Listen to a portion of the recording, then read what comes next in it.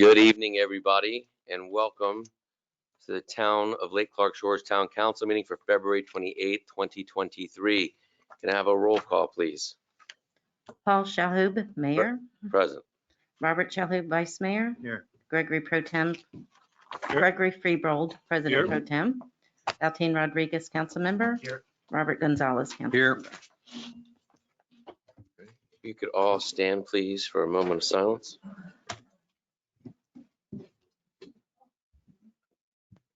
Dale May passed away at the age of 59 years old. Joseph Bobrowski passed away recently at 102 years old. And Police Chief Derek Diggs, 67 years old, and the police chief for the city of Fort Myers.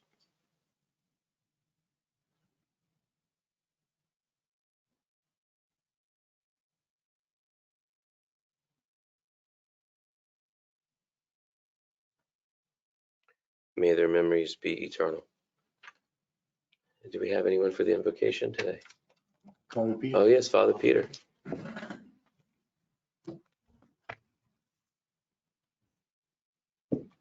And after the invocation, would you mind leading us in the Pledge of Allegiance? Thank you.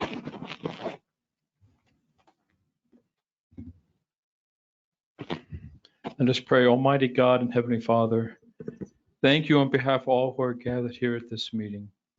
Thank you for your many and abundant blessings. Thank you for life itself and for the measure of health we need to fulfill our callings, for sustenance and friendship. Thank you for the ability to be involved in useful work and for the honor of bearing appropriate responsibilities. Thank you for the freedom to embrace you and freedom to reject you. Thank you for loving us, even so, from your boundless and gracious nature. Lord, you know that we can do nothing without your guidance and help. We pray for wisdom, for strength, and for courage to do what is right and good for the citizens of our community. May we put the interest of others above our own. May we act with love for the common good. May we be good neighbors, recognizing your perfect image and likeness in every person here. Amen. Pledge allegiance To the flag of the United States of America and to the republic for which it stands, one nation, under God, indivisible, with liberty and justice for all. Thank you very much, Father Peter. That was beautiful.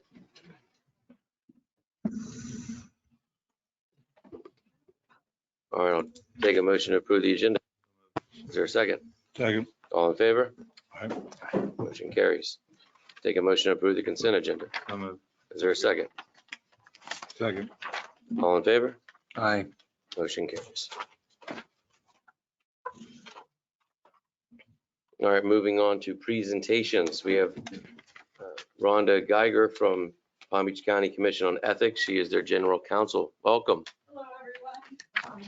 Calling it a presentation might be a little much. I'm really just here to say hi and remind everybody that the Commission on Ethics is here and ready to answer questions. And in fact, while we do have the power to enforce, the statutory power to enforce, we would certainly prefer to handle things preemptively and proactively. So, if you have questions, gifts, whether or not you can do something, vote on something, please let us know ahead of time.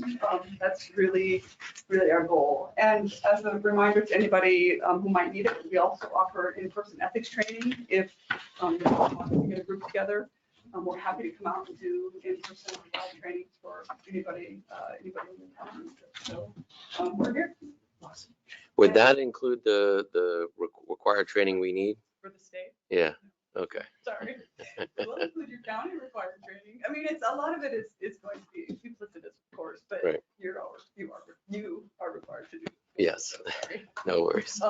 Just typically covered in your annual conference. For sure. So yes, but I'll leave some business cards, and everybody else up here has those. So just know that we're here for everybody, not just commission members, but citizens as well. Thank you very much. Thank you. Thank you. We have Christine Noron, the CPA from Carr, Riggs, and Ingram, for a presentation on our 2021-2022 fiscal year audit. welcome. Hi, good evening. So I am a partner with Carriggs and Ingram. My name is Christine Olran again, and we did your financial statement audit for the year ending September 30th, 2022. So you did receive a clean audit opinion, which is the opinion that you want. And I'm just going to take you through a few highlights of what happened during the year. So in your general fund, which is your main operating fund, you had an increase in your fund balance of $340,000. That's about $200,000 more than last year if you were to compare it. And it's driven mostly by your increase in revenues. So you had an increase in your property taxes of about $95,000. Your building permits went up about $38,000, and your intergovernmental, which includes shared revenues from the state and some franchise fees, went up about $48,000 compared to last year. From a budget standpoint, your revenues came in $284,000 higher than anticipated, and your expenditures were $1,000 under what was anticipated. You also have your ARPA fund. So this is the federal grant money that came out from CARES and afterwards for all of the COVID relief. So you are under the $10 million mark, so you can use all of it for lost revenues. This past year, you utilized $583,000 of those grant funds. So that's under the $750,000 threshold, which is good. So this way you don't have to have a single audit or an extra examination. So that does save the town some money. So it's good that you guys are spending it over the time period you have. So you have until December of 2024 to spend or obligate it. And then you have 2 more years to spend into 26, anything that's been obligated. So you still have a few years left to spend that money. Your enterprise fund, that's where your ARPA money was spent, was on a water main project. So it has a positive change and increase in your fund balance of $625,000. $580,000 of that was the grant funds. So the ARPA money you used was transferred into that fund since you used it for the utilities fund.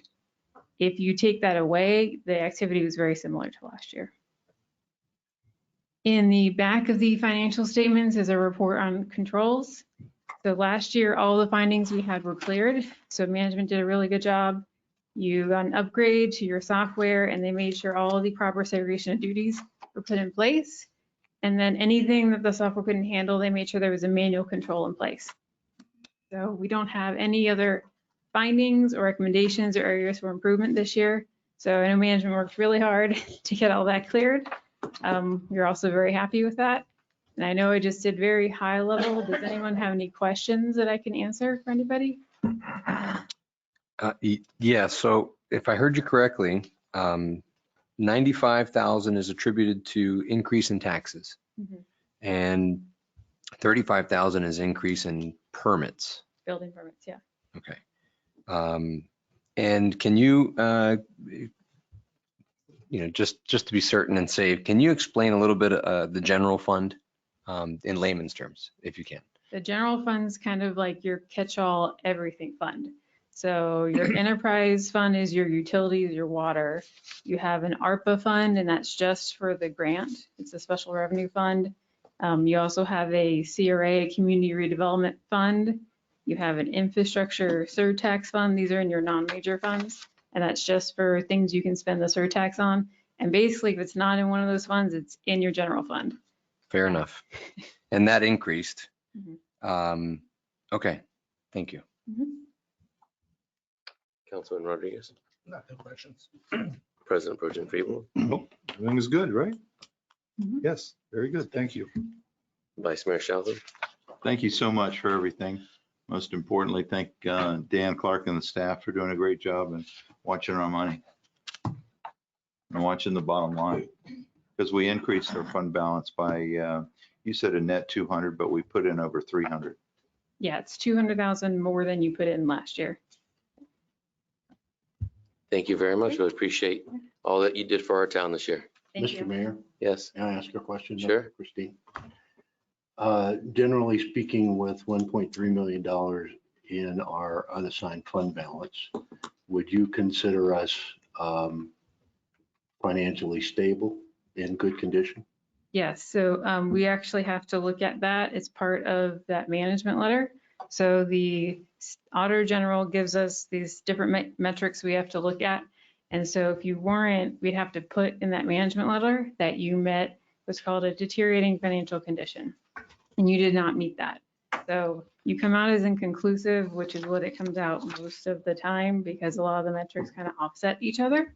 So you have good ones and bad ones, but you did not trigger what they call the financial condition emergency or a deteriorating financial condition, which would be like looking at it as in terms of the town might go bankrupt. So we're in good shape. Yeah. Thank you.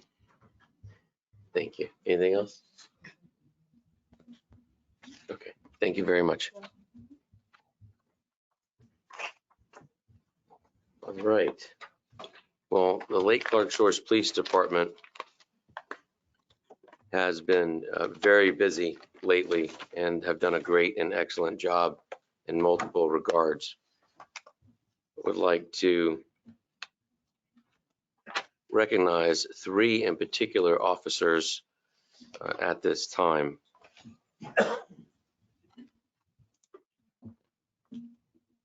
So first is going to be Corporal Dominguez. So Corporal Dominguez, back on January 21st, was working an off-duty detail, and he essentially was at a club and noticed some suspicious activity by one of the patrons of the club who was coming in and out. And on the way, one trip out goes the vehicle, comes back with a bulge in his clothing, and he stopped him and was able to apprehend them, and he stopped a most likely potential shooting, because what the individual did was he went in the car to grab a gun to go back inside and most likely utilize it. So if we could all give a round of applause for Corporal Dominguez.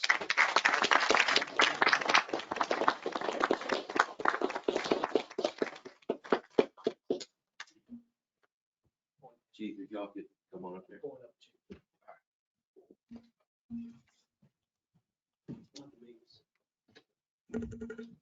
Mr. Clark, can you get a picture? I will. Thank you.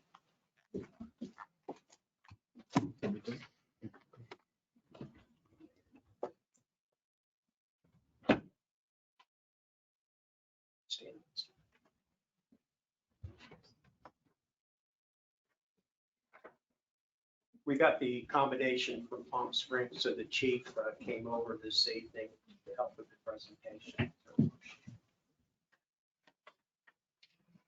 Thank you very much. Congratulations. Keep up the good work.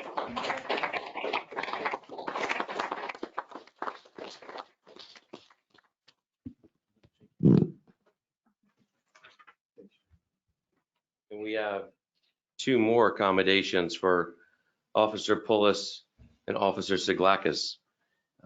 This was in regards to a recent narcotics case, and as a result of their consistent traffic enforcement, they were able to stop a vehicle and arrest on 4 charges, including 2 counts of possession of a controlled substance without prescription for Molly and Percocet, and another case that resulted in another arrest and 5 charges, including 2 counts of marijuana possession. Gentlemen and officers, without your constant commitment to traffic enforcement and the safety of our residents, this type of traffic stop and criminal apprehension would not be possible. So please come up here and receive your commendation. Thank you.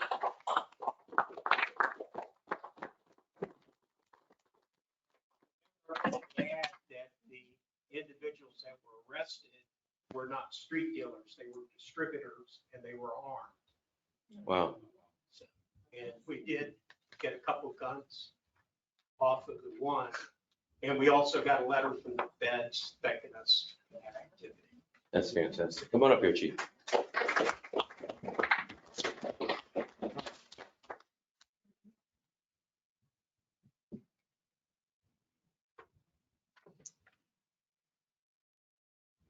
It's their night.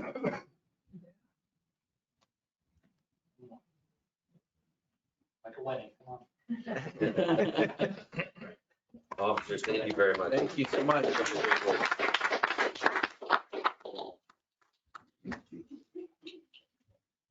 Joe, I assume you're bringing the cake if it's wedding pictures. I've always got the food. We truly have great law enforcement, and I want to thank you, Chief, and your entire department for your constant commitment to protecting our residents here in town. One more round of applause for these amazing officers.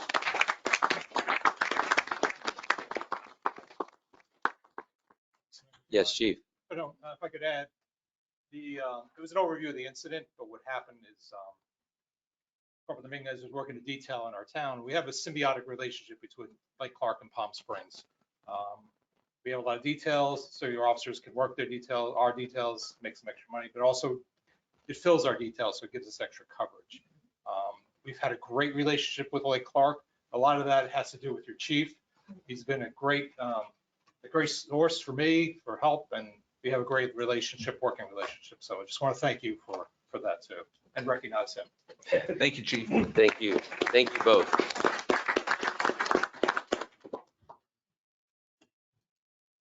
All right, we're going to move on now to unfinished business discussion of Venetian Way speed table. Councilman Robert Gonzalez.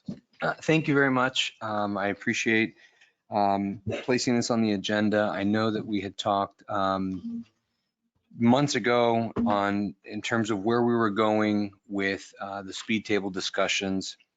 I think that moving forward, we need to take a better look at the way that our community should be planned. And unfortunately, we don't have the benefit of some of these planned communities such as Olympia or any one of the gated communities that you have probably several architects going over every single millimeter with specs.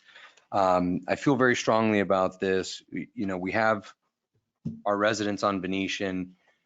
They followed the rules at the time in order to fulfill a need that they felt. And one of the most beautiful things about Lake Clark Shores is that we have this ability to regionally govern. We're very proud of our streets, and we all kind of know who comes and goes from those streets. So I'd like to reiterate a motion, and my motion is that our town council vote to approve the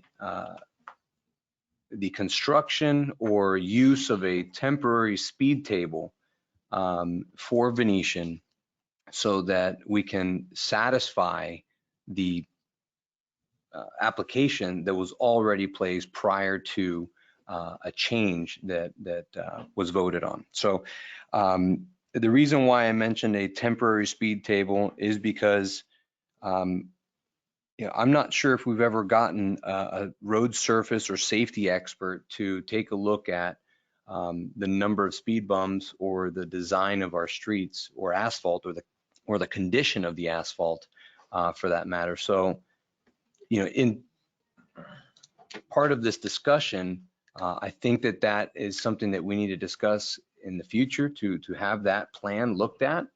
I know that Chief Adams from Palm Beach County Fire Rescue has been very vocal about the number of stops or speed bumps that it takes, because it does cut down on response time. But I think that our vote for a speed table, albeit a temporary one on Venetian, is a no-brainer. So my motion is that we vote to approve a speed table, either permanent or temporary, one of those hot polyurethane speed tables for installation in Venetian. All right. Is there a second for discussion? I'll second it for discussion for sure. So what are the parameters that go into a temporary speed bump or safety measures? So the speed table, we have an option. We either have something that is going to be permanently installed and is now part of the asphalt, or we need to satisfy at least the request that was made. And if town council, if you folks don't feel that a permanent one is something that should be there forever, because we're worried about the impact on various things, whether it's feasible to put it, whether the folks are going to agree in terms of the placement, because you got to have one neighbor on one side and one neighbor on the other. So I think that a temporary speed hump satisfies and checks off all those boxes. And it's something that, from what I understand, it's a big polyurethane. They're almost like Legos or building blocks. You put them together.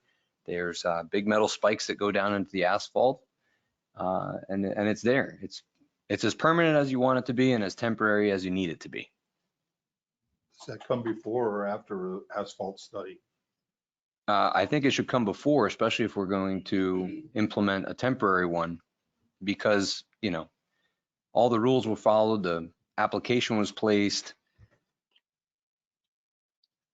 Well, I do think that, and it goes and it coincides with this discussion that we need to, and I think I said the last meeting, have a traffic consultant expert come in and evaluate our roads, determine what, where traffic calming measures are needed, make some recommendations on the types, evaluate our roadway conditions, evaluate the lighting conditions, so that we can have someone come, we can be well informed on where are the problem areas and what is it that an expert engineer, traffic consultant is going to, recommend to address whatever the issues are that they find. As in other areas of the neighborhood, a speed table isn't the only way. There's, trying to think, I think in certain places, maybe on Olive or trying to think, I think Lake Worth does it, but what they do is they shrink the road a bit and they kind of put planters on either side. Yeah. Not saying that that's a great idea, but I do feel strongly about the Venetian speed table. And I really strongly urge my fellow commissioners to please, let's vote that singular speed table. Councilman Rodriguez? Yeah, I just had a couple comments on it. I think the study should be done maybe before we put the anything in place. If you just drive around our town, there are some observations. First of all, the one that drives me crazy is that there are two speed bumps right close to each other over on, is it Westlake? Pine Tree. Pine Tree. And they are too close to each other. It makes no sense. And I understand the history behind it. We had a council member, God rest his soul, who had a lot of influence and got these two speed bumps put right near his house.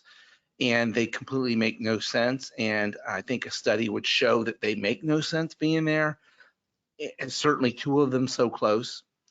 Secondly, if you drive around our town, you'll notice we don't have, a lot of part of the town doesn't have lines like separating the street. My entire area on Waterway, we have no lane lines in the middle. Coming into Arabia, there's no lane lines. I don't know if those are needed, or maybe a study tells us they're needed or not needed. The reason I say that is because we just had that newly repaved area done and they put in lines, but then they kind of just stopped it at a section. So there's a lot of part of town, of our town right now, that doesn't have lines that you can really see very well. I'd like the study to address that. That street, that Venetian, is an interesting because it's much wider than a normal street. Is that correct? It's at least a 50% wider. So that creates maybe that creates more of a reason why you need it. I think it does. The studies have, and I don't mean to cut you off, but the wider the road, studies have shown, and I can't point to a specific. People go faster. Now, but people go faster. Yeah. And so I think in the balance, if we do a temporary one, and especially after the study, so if we do the temporary one prior to the study, before the study, and then after the study, so there's a temporary one on Venetian, we go and do a study because we think it's important, and then we determine that either another speed bump is needed or not needed.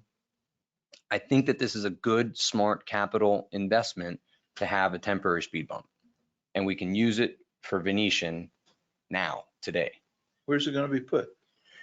I'm going to leave that to town staff, which I understand that they've already had discussions about that, which is another reason why a temporary one is important, because we want to make sure that neighbors agree. And, we don't want to make the executive decision to just put it in and, one neighbor is all for it and the other neighbor just isn't, because it impedes, whether it's his boat or a golf cart or whatever it might be, or somebody that can't walk. Sure. So something. The only other follow-up I wanted to add is I don't know what the cost of the temporary is. Versus the regular speed table. When we had the one that was put up over here kind of at last March, I think it was passed and it happened. I think that was at the point where the council realized maybe we should change the procedure and maybe rethink the whole process of speed tables or speed bumps and have a more proactive approach in it. because, you know, I'm certain there's a lot of people in town who would like them or don't like them. And I mean, we can go back and forth on that, but I think a neutral report from an expert who can assess the entire town is really the way we need to go. You know, maybe before we do anything. That's just my opinion. Are you suggesting the entire town go to the study or just Venetian? No, No, you know, I started out my comments by saying we don't have the luxury, you know, when our town was platted, there wasn't a team of architects pouring through this thing and having, you know, big water features or a clubhouse or, you know, different things that these HOAs all enjoy. And so, you know, I do think that we should really have our eye towards the future. Are there speed bumps in the States? That's a good question. Clark Estates, not that one. No. There's not. No. So, Just asking questions. no, it's We're good, talking but right it on. would be good to have a 2050 plan, you I know, a understand that. forward-looking vision to say, hey, you know, can we do better? I think his motion is just on the table itself. We can subsequent to that discuss at more length the study Okay. that we're talking about. My tight motion is that we vote to approve Yeah, a temporary speed table somewhere in Venetian, and we can leave the placement up to town staff. You have any further comments on Well, what would, so we should know cost before we decide. gonna say, something what's like the that. cost? We should know a cost. Does staff know the cost? Temporary. Short answer is no. The longer answer is I'm sure it's less than putting in a permanent one. And we were looking at less than $7,000 to put in the permanent one. What's staff's recommendation? I definitely think that it's a great idea to hire a traffic engineer and do a traffic calming study. I think we need to know a new policy, which we could get out of that. Council has been asking for a new policy. I think there's an opportunity to look at something other than tables that would work for us, pinching the pavement or a variety of other things that they do under that plan. I think that looking at lighting in the roadway has been an issue recently. We can look at that as well with the traffic calming and the pavement condition assessment. All of those things are great things to have done. And for us to go out and hire an engineer, we'll have to go through the CCNA process. So we can start that anytime if that's what council would like us to do. In terms of the temporary speed bump, staff's opinion is that these folks went through the process that we had in place at the time and met all of the criteria. I appreciate that we don't want to do something permanent until we get a bigger picture look, but having something temporary would probably be a great idea. And I believe that the temporary is not the size that we look at for the permanent ones. It won't be a 22-foot long table. So we can probably have a much greater choice of where it goes and get some input from Keith and Ingenuity Group on where we want to put it. How long would it take to start and complete a study? And would Keith do it?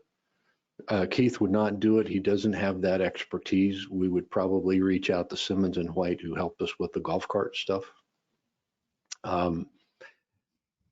But we have to look at CCNA and look at exactly how we go about doing that. And then what was the second part of that? How long? How long? How long of the start the study and complete it? I don't know. It's 2 months, probably 3 months? months, not years, but I doubt it's 3 months.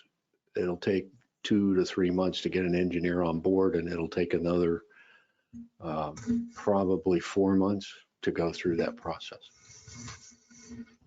Right. I'm sympathetic to the people that signed the application and did what they thought was proper in place at the time.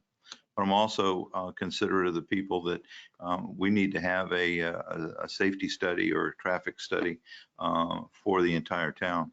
And then establish new policy so that it takes it out of the hands of politics. Mhm. So, Charlie, rumor has it that my family is against a speed hump on Venetian. So therefore, I'm going to vote against it. I've been made aware that my son-in-law signed a petition in for it. Should I vote? The voting conflict law in Florida says that if a personal or private gain is received by virtue of your vote, then you must abstain. I don't see any personal or private gain resulting from your vote. So it's my opinion that you do not need to abstain from voting. Thanks. I have a question, just quickly. Yeah. I was trying to figure out the cost. Bobby, I completely understand your concerns. I read an article here about the city of Austin, or Akron, excuse me, put in 28 of them about 2 summers ago because they were having a lot of speed problems. They were $5,500 each. And I guess the good part is you can move them around. The $5,500 comes from the fact that it takes some time to put them in and there's some materials. They go up about 3 inches. It's a plateau of hard rubber, and it basically spans the whole width of the street. And it looks like you can move them around, which is nice based upon maybe traffic patterns. And that's what the city did. In that case, they authorized 28 of them. We're much smaller. My concern is, okay, $5,500. I guess if it's temporary and we can move it, I feel better, but I don't know for sure if it's that easily movable. So that we're not wasting the $5,500. I know that once you do it, it's there. And I want to find out the cost of removing some too, because I've always been upset with the fact that the town years ago put those speed humps over there on Pine Tree. I'm sure removing them is going to be removing a permanent one is going to be more expensive than removing a temporary one. Right. But I think, all things being equal, the application that was in force prior to town council voting to shut the prior process down doesn't make a mention of cost. It basically says, hey, if you get together with X amount, I think it was 16 different neighbors in a certain, number of feet, thumbs up.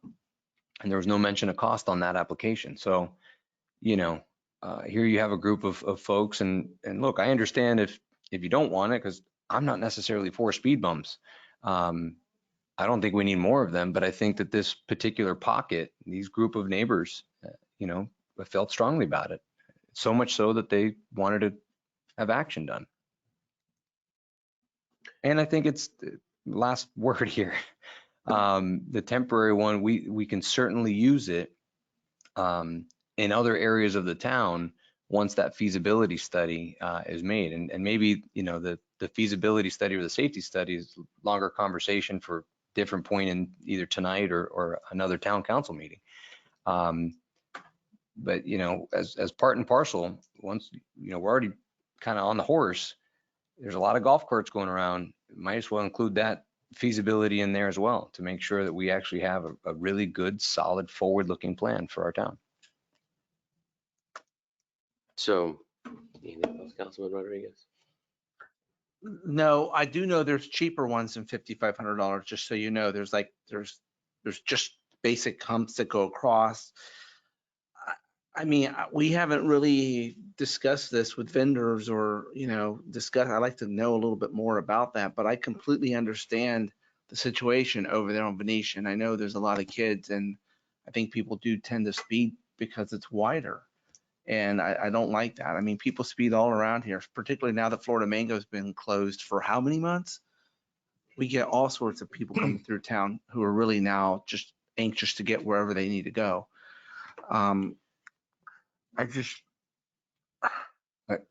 I just feel like we need a little more information, Bobby, before we can, I would say yes. I think it's urgent. I mean, when I was growing up many years ago, Venetian was the sanctuary road. The back roads were the sanctuary roads where I felt comfortable that I could drive my bike because, you know, I grew up along Pine Tree, and I could go into Venetian and I knew that there wasn't going to be through traffic, right? There's still cars, and, you know, all things being equal, if you've got a kid anywhere from 7 to 16 years old, maybe, that's utilizing and has that mentality, and it's using Venetian or a South Lake Court, you know, a side street that isn't part of that big main loop, we got to look out for them. And I think it's really important. And I think that it's money well spent, whether it's $5,000 or $7,000. You know, it just takes a blink of an eye. Kid can fall on his bike, and you know, I just don't want to have a kid run out or something happen. And Why don't you call the question? Hold Hold wait on, a Chief, second. is there a lot Wait a of minute. complaints coming from Venetian for speeding over there? There's no through traffic, so the people that would be speeding were people that live there. Okay, And we've done some surveys, and the speed limit is 25. You'll get people maybe going 35 at the fastest. I can talk with the manager. If we can get staff, get the utilities maintenance, talk with the manager about moving our speed sign to do a database over there where you can get the speed. Matter of fact, I think tonight I gave you information on how many cars and the percentage of speeding on Westlake and Pine Tree. So that's something we could look at while we're waiting or looking at it. I know the portable one, they use like a steel rod, knock them in. And then as traffic gets better and you have a problem somewhere else, you can pick it up and move it. So that might be money saving there. I've seen the portable ones. They're all over West Palm Beach. It's labor In intensive. other You know, we don't areas. have a regular road maintenance people here, so we pull them from utilities to help out with the town. So I happen to have met with an Eva Spencer, and she's not able to make it to the meeting today, so she sent a message regarding her position on it. Generally speaking, I don't have a problem with putting a speed bump or speed table, or whatever device is going to be there, given that they followed the protocol at the time, right? The residents, whoever signed the petition.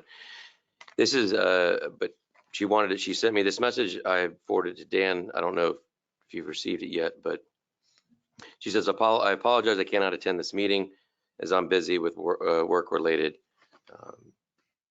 She mentions how I advised her of the situation. She says, this is regarding a speed table being asked from my neighbors across my street, Venetian Way.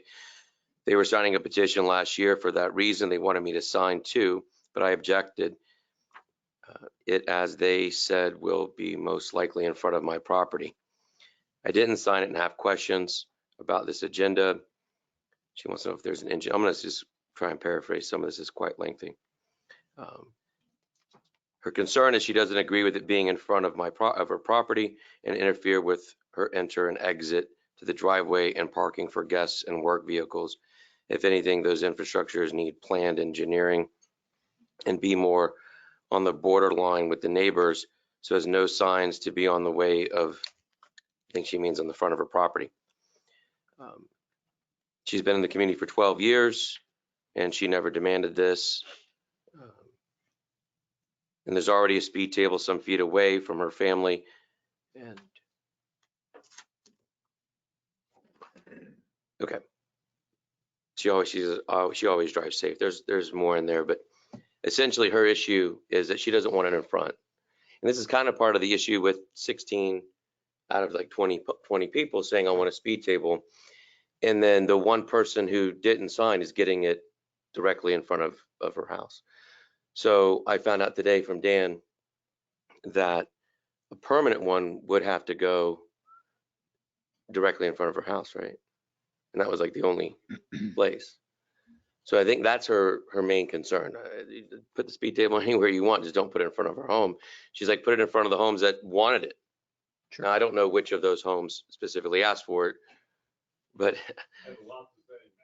it appears that it can't go in front of any of those homes. Would a temporary one be placed in a different area? Okay. The temporary ones are not going to be 22 feet long. The issue is when you put a 22-foot long speed table in, which is FDOT's recommendation for length, you can't put it across a driveway because there's a 4-inch rise now that people have to drive over to get out of their driveway. So you have to find a spot that doesn't have any driveways on both sides of the road. And that's the challenge. On a temporary one, we're probably looking at 6 or 8 feet. So it should be much easier to find a location, put a temporary one that wouldn't be in front of her property. What about like, yeah, go ahead. So if I may, I've noticed, and I'm by no means an expert on temporary speed tables, but there is a tapered, so a permanent one would be edge to edge. It would be ramped up, speed table, flat plateau, and then ramped down. And then the edges, yes, there is that. If you're looking at it, from the sidewalk or from a grass perspective or somebody's lawn, there's that 4-inch table there. My understanding of the temporary ones is that they're beveled or tapered on either side. So if you look at it from any direction, there isn't this kind of blocking mechanism or this big wedge, 4-inch curb, for lack of a better word. The temporary ones are tapered. They don't pose a tripping hazard.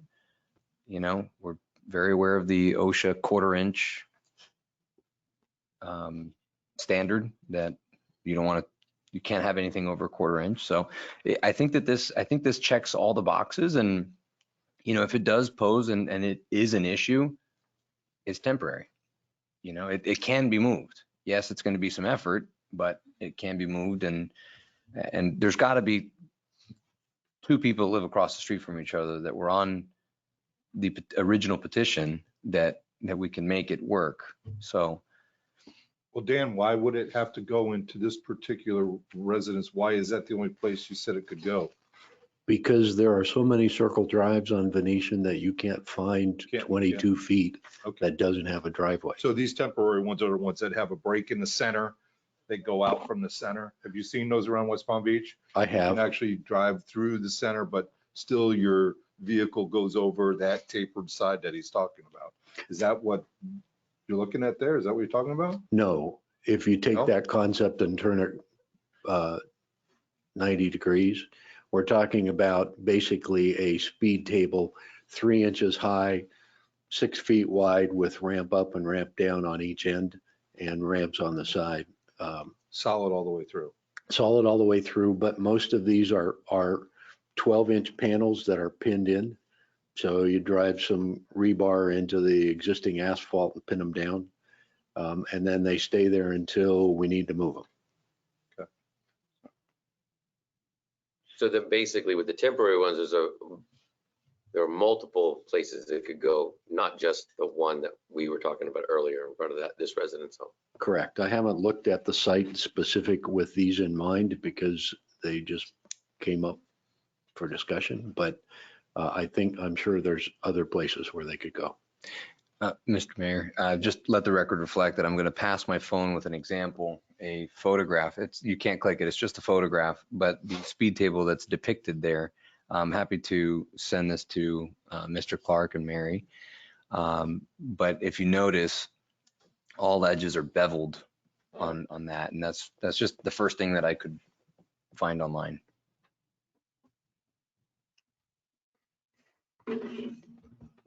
Excuse me, am I able to comment? Sure. The town of Haverhill had similar concerns, and they went ahead with a study as well for traffic calming, and a lot of good ideas came up. Might want to reach out to Tracy Stevens at the town of Haverhill. Like Chief said, they had some ideas regarding signs and where it blinks the speed that you're going and the lines, and of course speed tables. I'm personally all about safety, absolutely. But it might be a good idea. And I don't think it took very long to do that traffic calming study to give you all of your options regarding whether it be like someone said planters or even circles. There's a lot of different options for the whole community for traffic calming. Well, I don't have any issues if it's the temporary ones. I know your motion was one way or the other. My motion can be solely restricted to a temporary speed table. That was your last tighten it up. It's temporary. Well, why don't you amend it so it's official versus tighten up? Sure. If the council wants that, if there will be a second. So I can actually rescind, may I rescind the motion? Yeah. I think there's a procedure for that. You can rescind the motion as long as the seconder agrees. Who? Mr. Mr. President Pro Tem Preble. Preble. I'm listening. I would like to rescind my long worded motion so that I can get another shot at a cleaner, more succinct motion. Okay. I just wish you'd come with numbers, dollars. Everybody's talking about there's no money, and we're up here making decisions for the entire town with no number in mind, no anything in mind. I understand the safety. Listen, I have 6 children I raise in my house. I understand that. I know he lives on Venetian. I know there's other people from Venetian here. I just curious to know cost. I mean, that's responsible. Am I correct? I think I would agree with you. I think that we have informed, Dan has experience with this. Dan has mentioned that there were some numbers. Mr. Rodriguez mentioned some numbers, 5,500, 7,500. To be honest with you, without it being a 300% increase on the numbers that we're currently discussing, I can't really find a number that I can put on the value of a life and safety. Well, and that's really important to me. So has there been fatalities over there so far? no, there has No? not. Okay, There hasn't been. Question, that was yes or no? But remember, I remember. we put the gates on Keller because of the fact that there was something, and that was our way at All right, hold on. reacting to it. Dan, what was the price of the one on Westlake? Just under $7,000. All right. Not to exceed. You could do it not to exceed, and if it's going to exceed, it can come back up again. What do you want it not to exceed? $7,500. $3,500, I pay half of it right now. So my motion, I'll put it right here on the table. None of you guys live on my street. my motion is, And everybody on my street behind me. Can you sit down, please? Said yes. my motion is that town moves forward to approve a temporary speed table not to exceed $7,500 to be installed on Venetian Lake. Venetian Way. Did I get that? Way. Venetian Way. Did I get it right the first time? I heard lake. I heard Lake. Venetian, I may have screwed it up. Venetian Way. So on Venetian Way, and town administration can identify the exact location for it to be installed.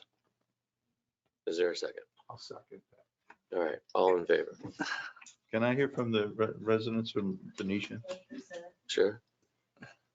On this motion, sure. Yeah, I'd like to hear what are you in favor of it? Seems like he is. We'll take your money, by the way, so that's Mr. public record. Mr. Rossi, use the microphone there. Pull the mic.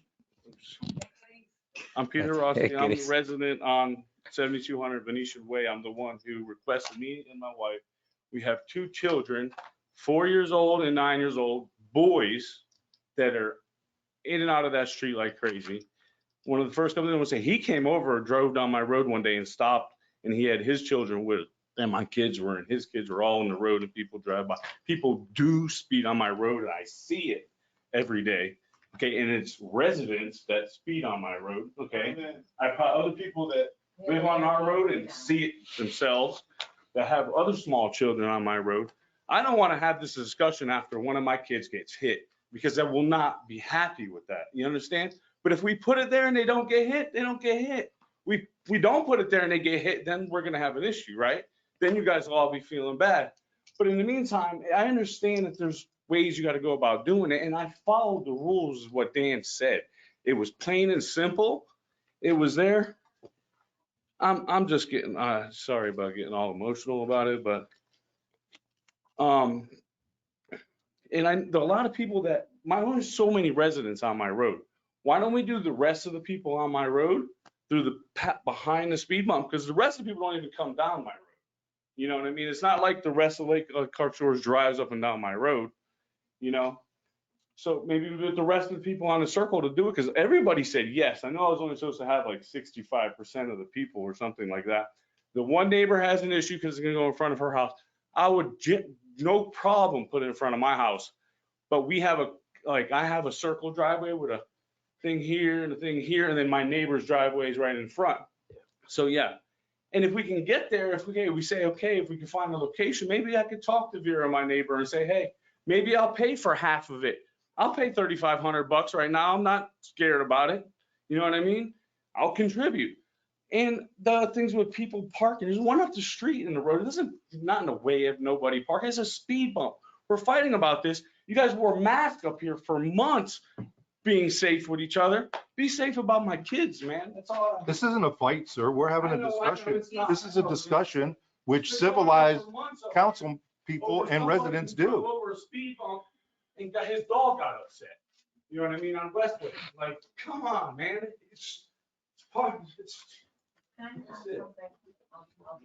Come right up. Be nice and calm. We can have civilized discussions up here. You'll be the better half. Well, listen, I've got plenty of hot topics too. I have more than you, I'm unfortunately. one of 7. I understand. Oh, my condolences. But thank you for letting us talk. Now we have an Airbnb. Adrian Rossi, hi. We have an Airbnb on our road now. And we were just made aware of that because there were so many new cars. And I'm like, this is like, I mean, we have delivery, obviously. People have deliveries. I mean, FedEx and UPS are the least of our worries because they know we have children. They're the same people, you know. It's delivery dudes. It's, you know, there's so many of those. We all use them. There's your Instacart. I mean, these people, I have an orange cone now. It's about this big. I mean, I'm not trying to start trouble with people driving by. I have kids. I don't want to have people pull a gun out on me, but it's like, slow down, like, you know. Well, he said they were the residents. Are they your resident neighbors? Have you spoken to them? We're talking to your wife now. Our residents. The residents, okay. Some have been so like, they've understood, you know, we've had little discussions like, hey guys, listen, but we have a lot of children on our street. Mhm. It's not just mine. No, Like we I know. have a lot of kids that ride bikes. I mean, and I love all these kids. I mean, it is a nice, safe place. You know, my 4-year-old, he's not allowed in the street, but you know, if he's taking his little turn and the trash cans are there, you know, there are kids like this. I drive a school bus, by the way. I mean, I have my CDL. My school bus is at the church. That's me. I mean, there are. Oh, you for the King's Academy? Yes, sir. Very nice. My children, I mean, I see people too, but people are like this all the time. I'm in Palm Beach County driving all the time. And my street is no different. And I mean, if anything, I mean, I appreciate the fact that you guys would consider it. Dan, I mean, just, I mean, it's for the safety of children. It's not a matter of, do people want to be slowed down? Do people, you know, I understand emergencies 100%. That's probably the biggest thing on the table, but just for the kids, it's all of our kids. It's not just my kids. There's a lot on my street. Good. Thank you both. Any further discussion?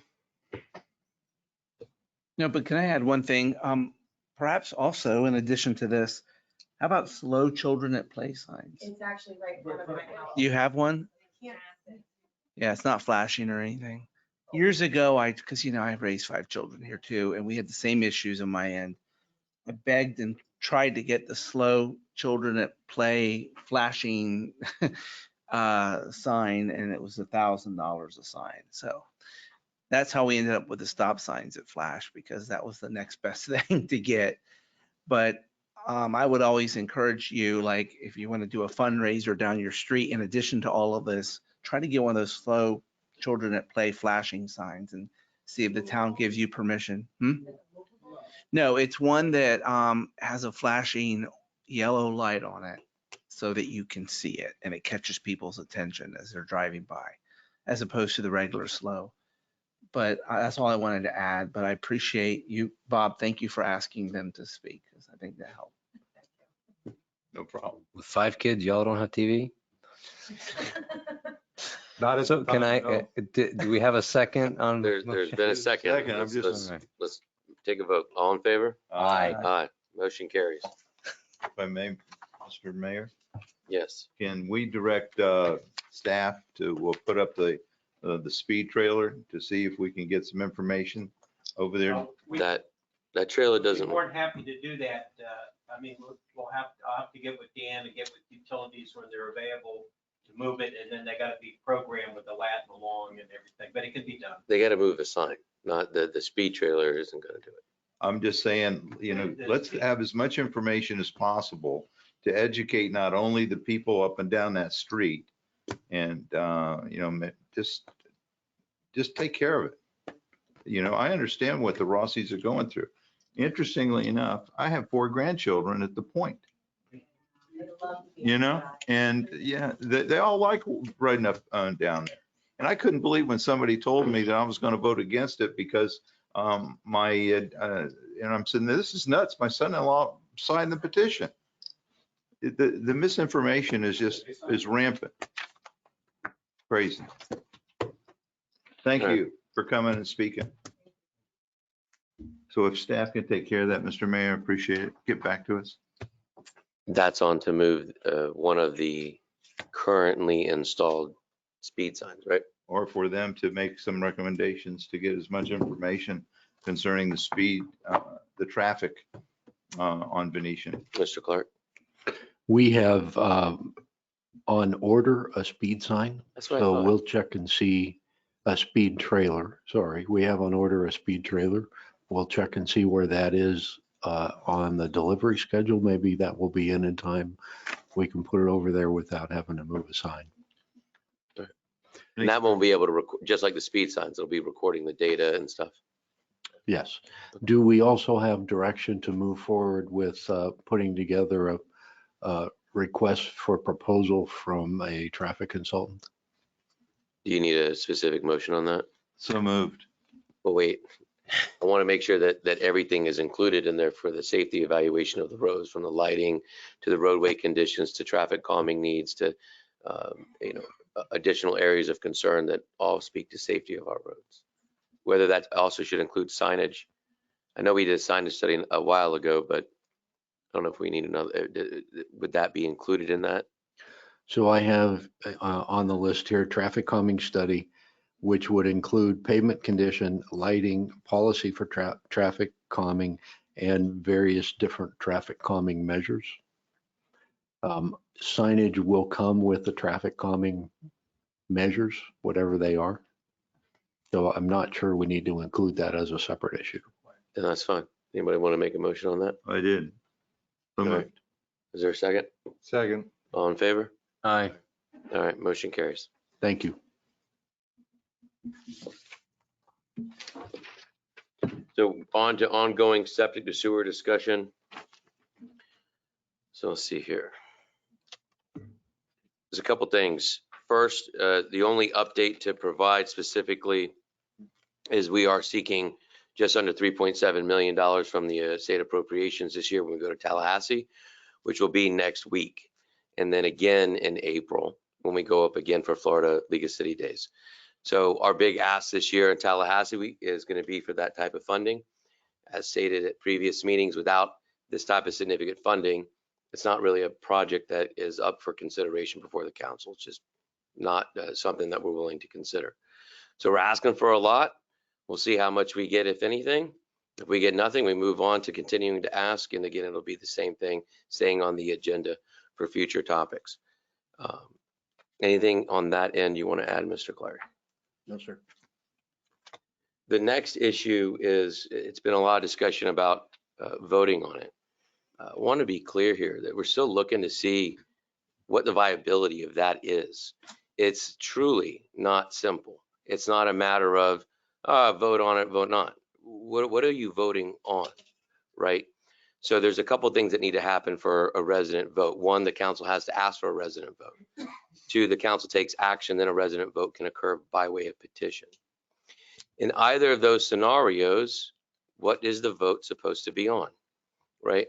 The way the project is designed is in phases, right? I think it's highly unlikely that all the phases would be shovel ready and then we would get a ton of money in, millions and millions of dollars in, for it to be all considered at one time.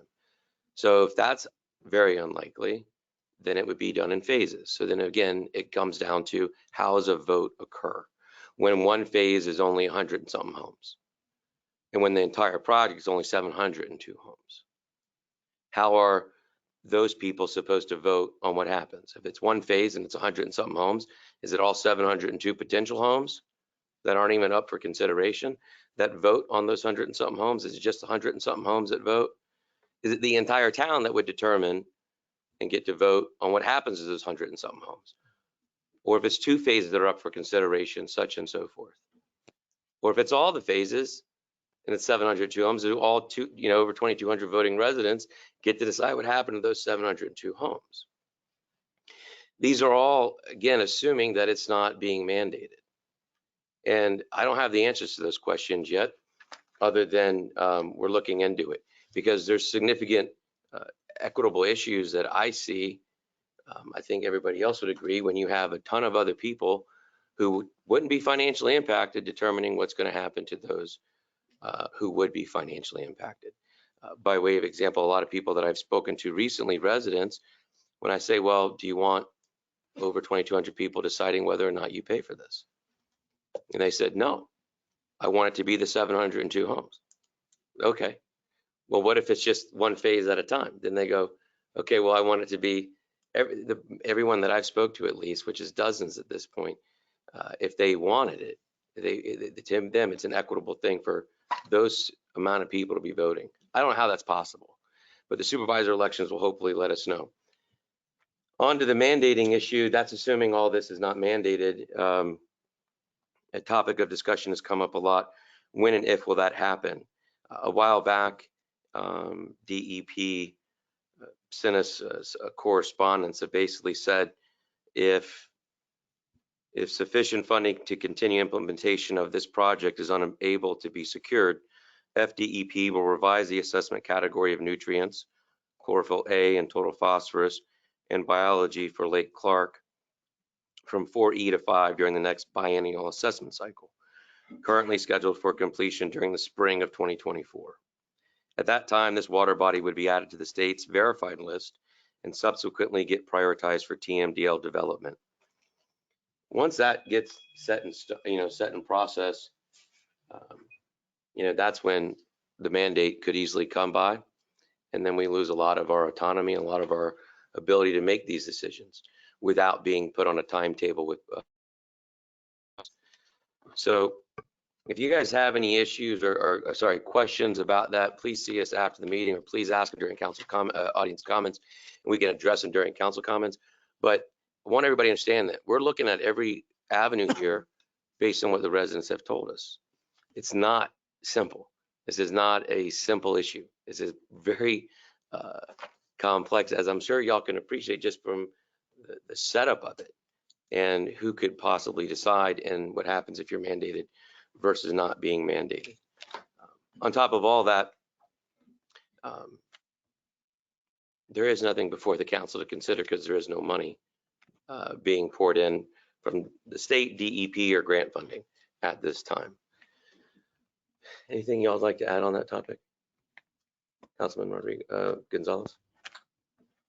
No, Councilman Rodriguez? No, not at this time. Vice Mayor? Doing good. All right, I'm gonna move on.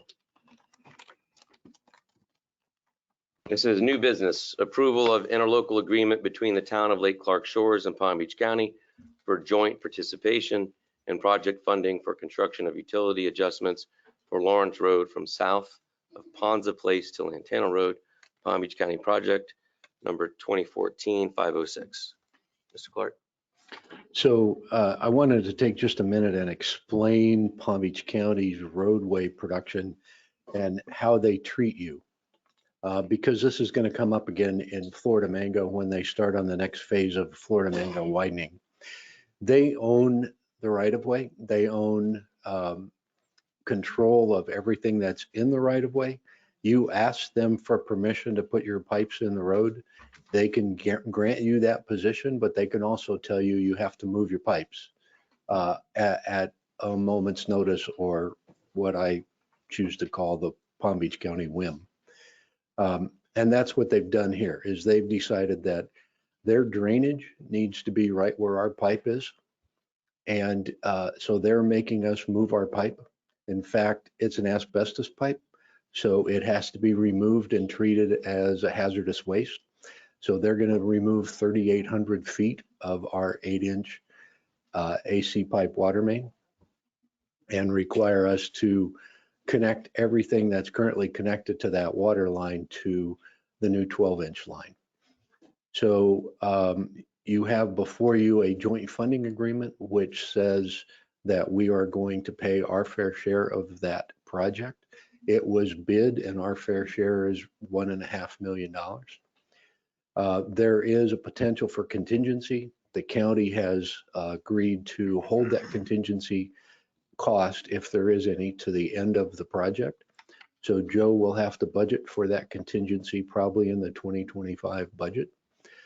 I believe that the utility contingency will most likely be a deduct. Our last two projects, when we finished them up, they've had utility deducts. So I don't think we're committing to any dollars really in the future, but I wanted to just make sure that everybody understood that that commitment was out there. Finally, we have the money to do this project, but it will take the rest of our ARPA money, and it will take the rest of our 2019 loan that we had for the 12-inch water main project. So we can cover that cost, but it takes up those two funds. Will we run into that problem in phase 2 of this also, do you think? Or do we know, or is that a known? Well, we know that The other side, because that comes next, correct? south will come next. South of the piece that they're doing now will come next. Right. And we know that we're going to have all the irrigation along the roadway to redo. Okay. So we're going to have some expense there. We maintain irrigation for all of that green space, and that all of the irrigation is going to get destroyed. Any questions? I've already talked to Dan. Can we avoid this? No, So I the mean, simple that was the simple question, because it's, we're between a rock and a hard place here, right? we can tell Palm Beach County, no, we're not going to do anything, and they will literally turn off the valves that isolate our pipes, and they'll go ahead and rebuild their road and leave us with an inability to provide water to some of our customers.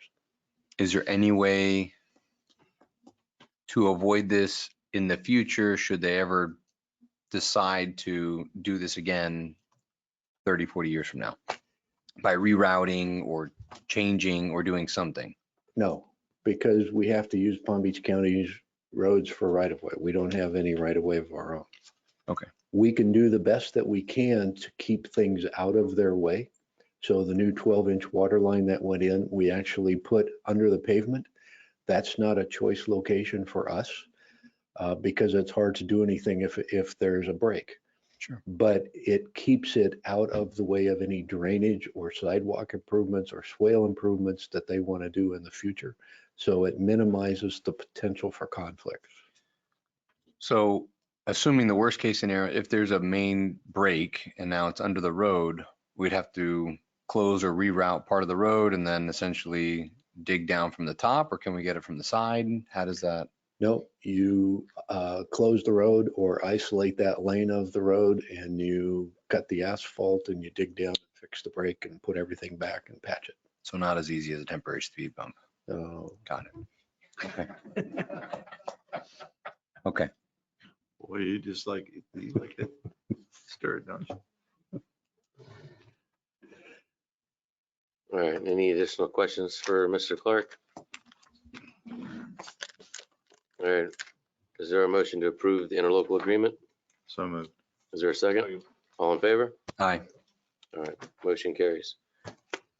Next, approval of an agreement for cross-connection control program management between the town of Lake Clark Shores and Hydra Corp. Inc. by piggybacking the city of Cooper City agreement. Mr. Clark. So this came in late. I'm sorry for adding it to the agenda later. We were waiting for that final sign off by Cooper City, which is a requirement of piggybacking any agreement. What I did want to mention is that this company HydroCorp has been doing our cross connection control program for a number of years. They do an excellent job for us. We have certification on those backflow preventers coming up in March. So that's why we had to push this and it couldn't wait until the April meeting. So thank you for your consideration and letting this jump onto the agenda tonight. Any questions for Mr. Clark on this one?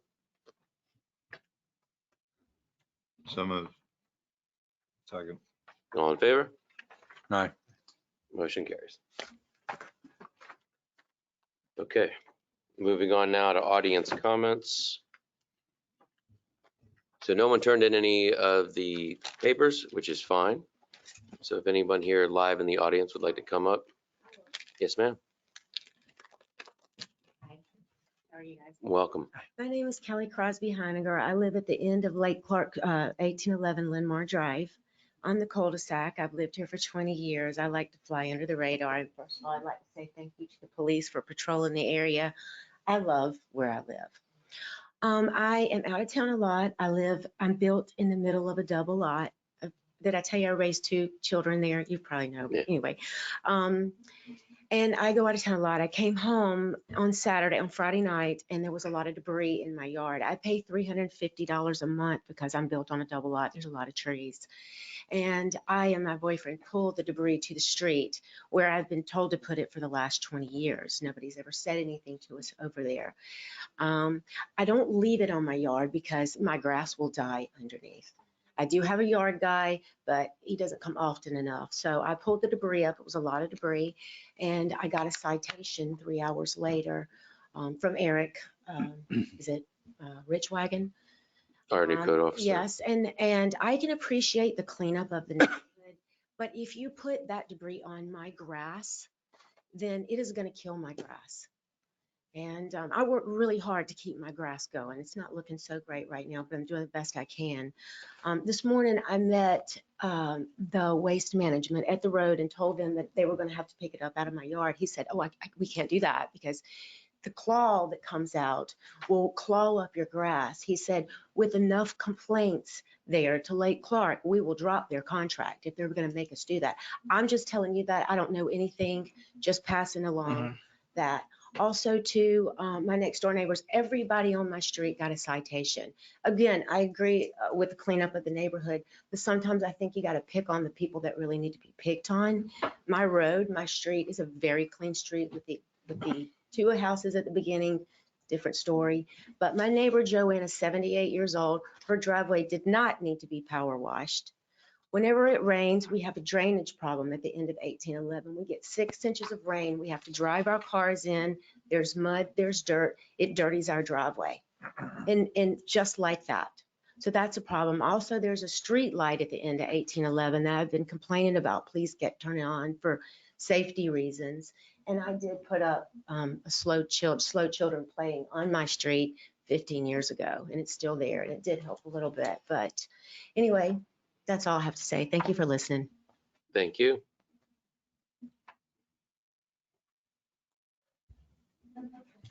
Anyone else? Thank you, Councilman John Maple, 6401 Travis Road. And actually, this is for Chief. Chief, I've been walking around talking to residents and they're concerned about the speed. And so I wanted to ask you, I also heard that we only have one officer on duty during the day. Is that true? Or we have more than one guy running around? Or? Sometimes we'll have one. I think today we have 2. It depends. I try to run a senior officer, a supervisor, 2 officers, but you have people take vacations, people in training, and we have a lot of mandated state training we have to do. So sometimes we'll run one officer. And the reason why I asked is because people mentioned that they would like to have, you know, obviously the speed bump issue, wow, that took a lot to get that thing done, but they're complaining about speed in the neighborhood. So if we have some cars sitting in the lot here, could we have them, residents have asked, hey, if you set a car here all day long, it doesn't matter, John, as long as it's so down, our kids would say, do we have any cars sitting here that we can just park up and just leave? That's almost like we got extra boots on the ground by just having a presence there. We do that. We have a system worked out. I don't like to publicly talk about it, but we do that. But I need to know the exact location. Okay. Because I don't know if you're talking which end. I'm talking about the south side specifically. So I can get you an exact, and I can get you a couple of residents who would allow you to set the car there all day long if it's something that. Okay. Let me address that. Normally, and I mentioned this last time at the meeting, I think you hear, we average about 50, 60 citations. Mm-hmm. The city council, due to complaints from some residents, asked for enforcement, step it up. So from 50 to 60, we're up to 200, 250 citations. So I had like 5 complaints today, and all 5 were about getting tickets. Then people were complaining, you're not writing the residents. So we started writing the residents, and then that's when I got a lot of complaints. You know, people were kind of upset. But we have been enforcing it. And on Venetian, I think they wrote 2 tickets today. One of them was a Jeep or something that turned down, got a citation from the officer. So we've been enforcing that. If there's, I'm very open, as you know. Yeah.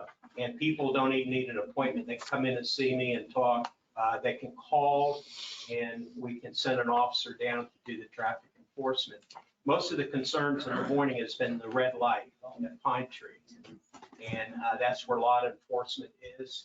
And what happens when the train comes, it backs up. The train's about 90 seconds and it backs up. And some people get impatient and then they run the light and then they back up and they block the intersection. So we've been writing a lot of tickets doing that. So we stepped up enforcement there. Yeah.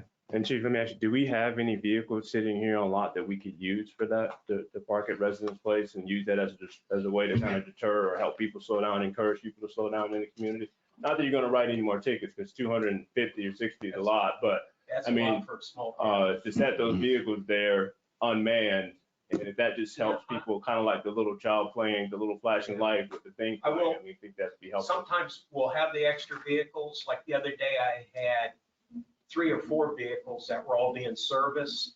And when you're in government, you're dealing low bid and to save money, and you just can't take a vehicle in. You got to make appointments, and sometimes they'll say, hey, bring in 3 vehicles, we'll service them and do that. I've had 2 vehicles we had that have been out of service. We just got back. I think we got 1 more, and I don't know if that's still in the shop. They had manufactured issue with the injectors. Okay. And we're getting that fixed. But yes, we've done it in the past. If somebody would contact me, okay. I've always put a car, if we have one available, to put in a location. Okay. Yeah, I think we're talking maybe if you had 1 or 2 cars available, Chief, and even if it's 1 car over there on the south side. I just need to know, have to go look at the location and see what the problem is. I'd be more than happy to accommodate you. And remember, we talked about the lights. Yeah. People talk about lights. Right. And I'm going to bring this up in front of the council. I was asked to do that, spent months working on additional lights. And believe me, we had a lot of people come here and were very upset that said if they wanted all these lights, they would move in and stay in the city of West Palm. So then the city government, the manager, the council approved, we updated the lights. So they'd be more intense. Some people liked it, but I couldn't believe we're getting calls that people were complaining that the street lights were too bright. So anytime you're in government, you're trying to accommodate and please, but you're not going to please everybody. But that's one thing, if they get an engineer and they come in and talk about it. Another thing that people don't know, that a lot of electrical lines run behind the houses. So what happens, the people that don't want the lights won't give the town access or FPL access to run the cable between the houses.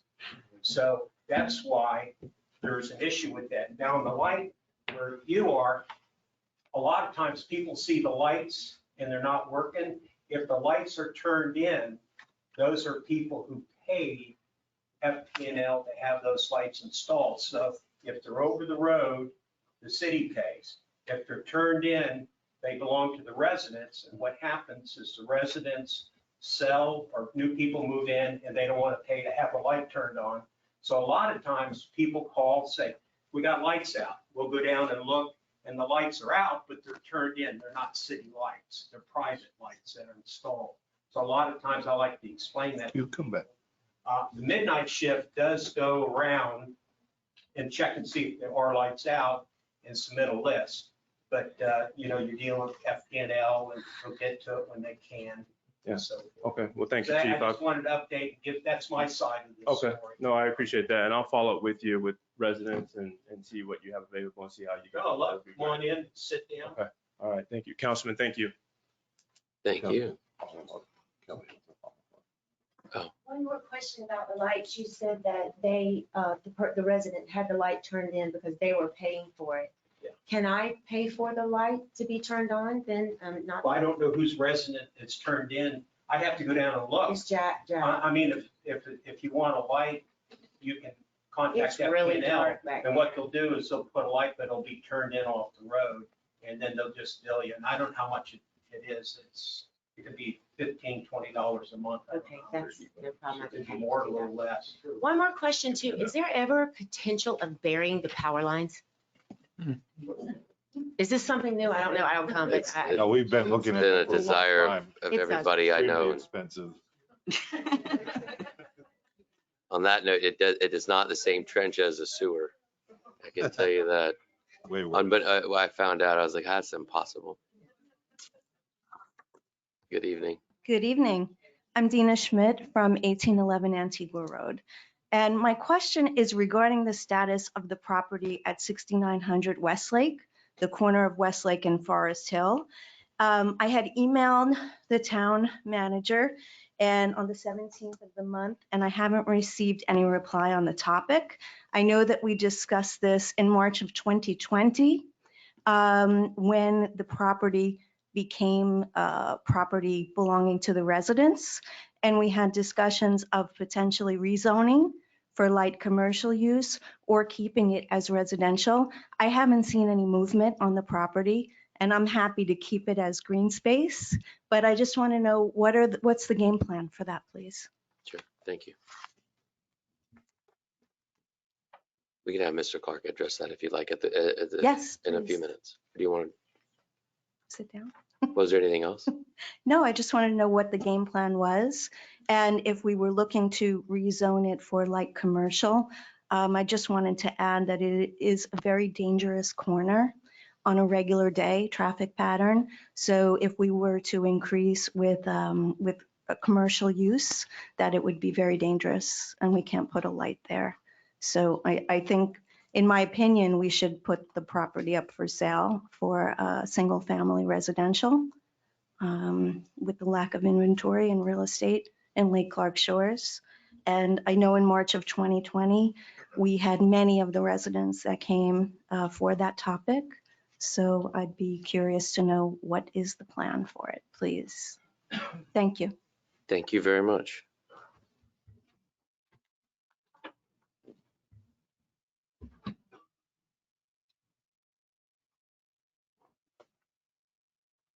Anyone else?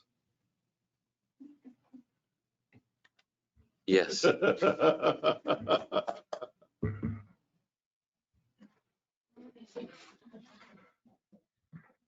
I'm Bernadette Shalhoub, 8429 Westlake Drive. I know you cringe when I come up here, but it's been so long since I've been to the podium because we haven't been attending meetings. But and it's been a long time since I have said thank you.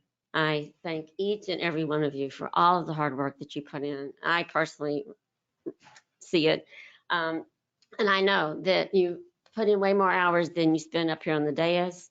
that you are constantly looking and searching and researching and making sure that our town is the best town we can live in. I've been here since 1986 and I love Lake Clark Shores, and so many of our residents love our Lake Clark Shores. Chief, you're one of the main reasons why we love Lake Clark Shores. You keep us safe. We are so proud that our little town has maintained a police department when so many others have gone to the sheriff's. And so I credit you guys for helping make that happen. He is a true asset. That department is a true asset, as are you for making us the town we are today. I just hadn't said that in 2 years. I just needed to say it today. Thank you. Thank you. Any additional audience comments? Debbie Pesic, 7209 Clark Road. Welcome. Around Christmas time, and Chief, I apologize that I'm just bringing it up now. I was walking my dog down Clark Road, and someone was putting out Christmas lights, and her dogs ran across the street and attacked my dog. And fortunately, she was able to get a handle on her dogs. And she said, "I'm sorry, we were just putting out Christmas lights." But this neighbor apparently has her dogs off leash on a regular basis. And I can't walk past her house with my dog without worrying about her dogs either coming out to the street. And since then, we've noticed that when they are walking their dogs, they're walking them with the leash in the hand that's not attached to the dog. So I'm going to get you the address because I don't want to really make a big deal out of it. But my dog could have either been really seriously injured, I could have been injured, or her dogs could have gotten hurt because I think my dog would put a bite on them, you know. So I was worried about that, and I thought maybe an officer could just go down and talk to her and say. This happened in December. Did you call? I didn't call because, you know, I got busy with other things and, you know, you get distracted. But since then. You give me the address, we'll take care of it. Yeah, because since then we've seen them walking with the leash in the hands, walking around the neighborhood. And I'm sure she doesn't think her dogs would do anything, but they ran across the street and attacked my dog. And so the other thing that I have to say is that with the VRBOs that are moving into the neighborhoods, they are now busing people into the houses.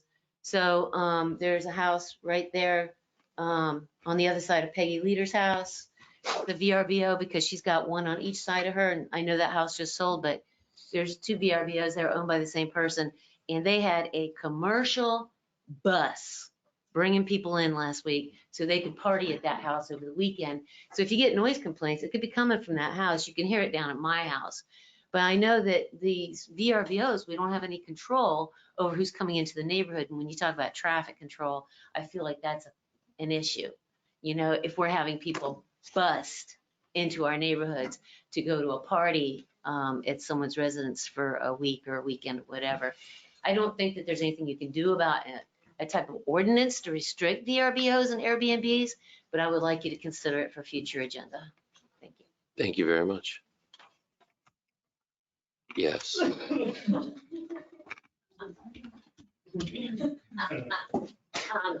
We do, I'm sorry, we do vacation rental homes a lot for our family. And there are definite restrictions that are in place on almost all of the ones I look at, where you can't have parties. You can't have more people than the home holds. They restrict you specifically from having those parties, from busing people in, from you have to be a certain age. And on almost every one of those, there is a certain restriction. So if there is a problem like that, the manager should be called. The manager of that property should be called, and they will put it into it. And the noise complaint as well, because the noise complaint, they put noise complaint things in these homes. So call the manager. Thank you. Anyone else from the audience here? While you think about that, anything online? Yes, sir. All right. Jen Chanowski.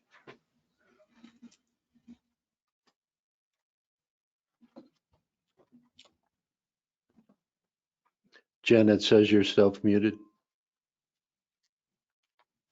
Hi. Can you hear me? Yes, good evening. Hi. Good evening. So I had a question. The point you were making on the septic to sewer, I just had a question because for probably 2 years, from 2020 until middle of last year, we were being told that the town was being mandated to put in the sewer lines for the septic to sewer project. So I just wondered if you could explain that a little further, why you're saying now that there is no mandate. Is there anything else? Oh, is there another question? Yes. I wanted to get the answer for that question first, no? We'll address questions as a council during council comments. Okay. Oh, at the end. Okay. Okay. No, I guess that's it. All right. Thank you, ma'am. Mhm.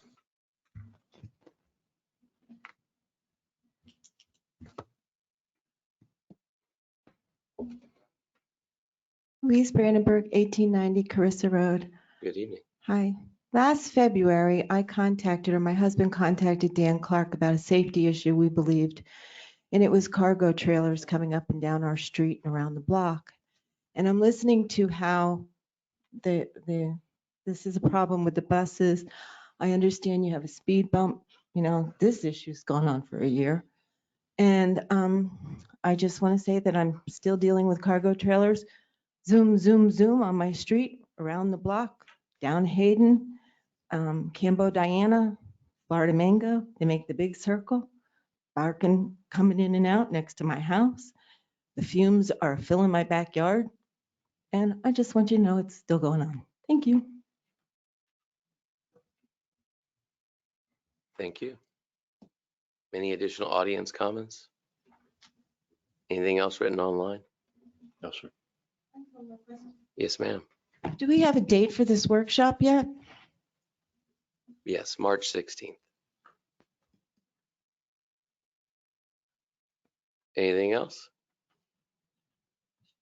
All right. Thank you all very much for your thoughts and comments and questions. I know everybody up here truly appreciates them, including myself.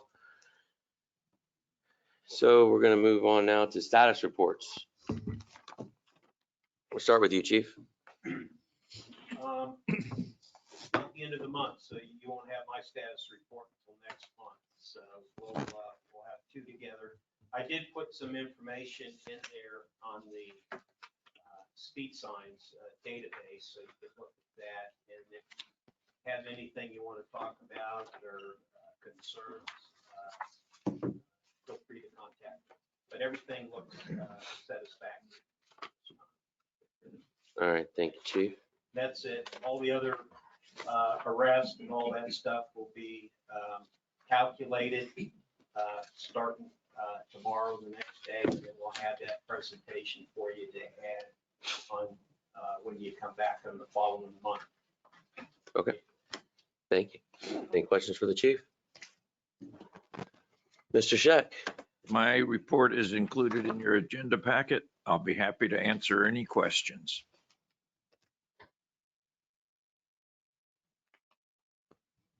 Any questions for Mr. Scheck? Nope. All right. Mr. Clark.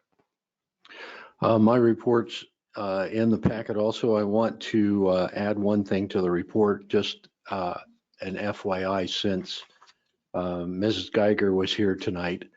I don't know if I mentioned that I was appointed 2 years ago to the Florida City County Manager Association Ethics Committee. On that committee, I review complaints of ethical behavior with managers. I'm very happy to announce that in 2 years' time, we haven't had any investigations to conduct. But I wanted to make council aware that I'm on that committee for another 2 years, actually. Even after your retirement? Well, they haven't talked about kicking me off. So. The other thing I wanted to mention is there were a lot of comments in the last couple council meetings about the poor financial condition of the city. And I think Christine tonight was able to articulate that financially we're in great shape. One of the key considerations that the Florida government finance officers look at is the reserves in relationship to our budget. So we're about 41% of unassigned reserves in comparison to our annual budget. Those reserves are there, and that recommendation on 22 to 40% is there because we have to be prepared for storms. So we're in great shape. We have the ability to respond to a storm if we need to, or any other disaster that might fall upon the town. And I'm very happy and very proud to be able to present to Joe a finance package that looks like this as he moves in to take over for me. I think Mr. that's Clark, may I ask a quick question regarding what you just said there? So when we have to be prepared for the storms, FEMA doesn't, we put the money up front, then FEMA reimburses us. So they don't come in and just do all this work for us. And then they say, well, we'll give you the money that you accumulated. We pay for it, then we get it back, right? And we're still working on some reimbursements from COVID. So it takes a lot of time sometimes with FEMA to get money back. Good. Okay. Any questions, Councilman Rodriguez? No. Any questions, Councilman Gonzalez? No, sir. President Pro Tem Freewold? That was it. Vice Mayor Shalhoub? No, we're good to go. Dan, I want to say thank you so much for you and the staff putting together a great report for the audit. I could not have done it without your oversight and your commitment to the excellence of the town. Most importantly, the fact that we were able to make a significant contribution to our fund balance. It's pretty spectacular. So thank you. All right. We're going to move on now to council comments. We'll start with Councilman Rodriguez. Thank you. The resident who spoke about the trash on the road, that ordinance is 4613. I think it needs to be reviewed. I mean, the true language of the ordinance really is impractical. No vegetative waste larger than 4 inches or 10 centimeters in diameter or longer than 5 feet or 1.5 meters or heavier than 50 pounds shall be placed for collection. I can't imagine how many times that's violated. Secondly, her point about it being in the yard is a very good point. I actually saw this week, them trying to pick it up out of the yard, and the guy was very concerned because he didn't want to have to take a sprinkler out of the yard as they pulled it up. So they were concerned about liability. So I think as a council down the road, we should probably just talk about what's the problem with keeping it on the street. As long, but the problem is there's certain streets that are different. I get it, like Westlake and Pine Tree would have a problem having it on the streets. The side streets maybe don't. I just want to talk about it down the road because there's some practical issues with enforcement. And I know we began enforcement because I've gotten complaints from residents as well. It should be changed because in there, it also says that if you have a service that is placing those items there, they technically are supposed to remove them. Yeah. Not leave it there for the waste management, that lawn service, tree service, whoever it is. So there's another one that's. It says it can't be near a fire hydrant, a mailbox, a tree, a shrub, a bush. I mean, there's all sorts of issues with that ordinance. The ordinance is old. I don't remember us discussing it, but it says it was revised back in 2020. I think the issue when you put the debris on the road is a safety issue for the walkers, the bikers, the runners. Yeah. And in general, in the cars, they have to dodge it to get into the other lane. Well, that was the other point I was making. What's people on their phones texting? Well, but I guess the question is, what's the difference between a car being parked in the road and a pile of trash? A pile of debris, excuse me, or yard. I mean, I get it. The car you can see, and maybe you can't see the debris, perhaps. But I think we should think about it, at some point down the road. That's all I wanted to say on that. I want to thank the town for their support of our tennis tournament. We had it on Saturday. We had 21 persons there. very fun event, very organized. The great news is we didn't need one penny from the town. In fact, such stir was raised by my $500 request at the last council meeting that a bunch of people contacted me and said they would sponsor it, which I thought was a really nice effort. We raised a couple $1,000s that way, almost maybe like $1,500. It was a really nice gesture on the people. That was our 5th annual tennis tournament. We want to keep it going. When we have pickleball courts, we'll have a pickleball tournament. I mean, or we can do it a joint, to use our facilities and have a lot of fun. A resident contacted me. He was sort of critical of the request, and then he offered $100 toward it, which I thought was really good. I wasn't thinking we were going to need the money, but I just asked up to an possible ask.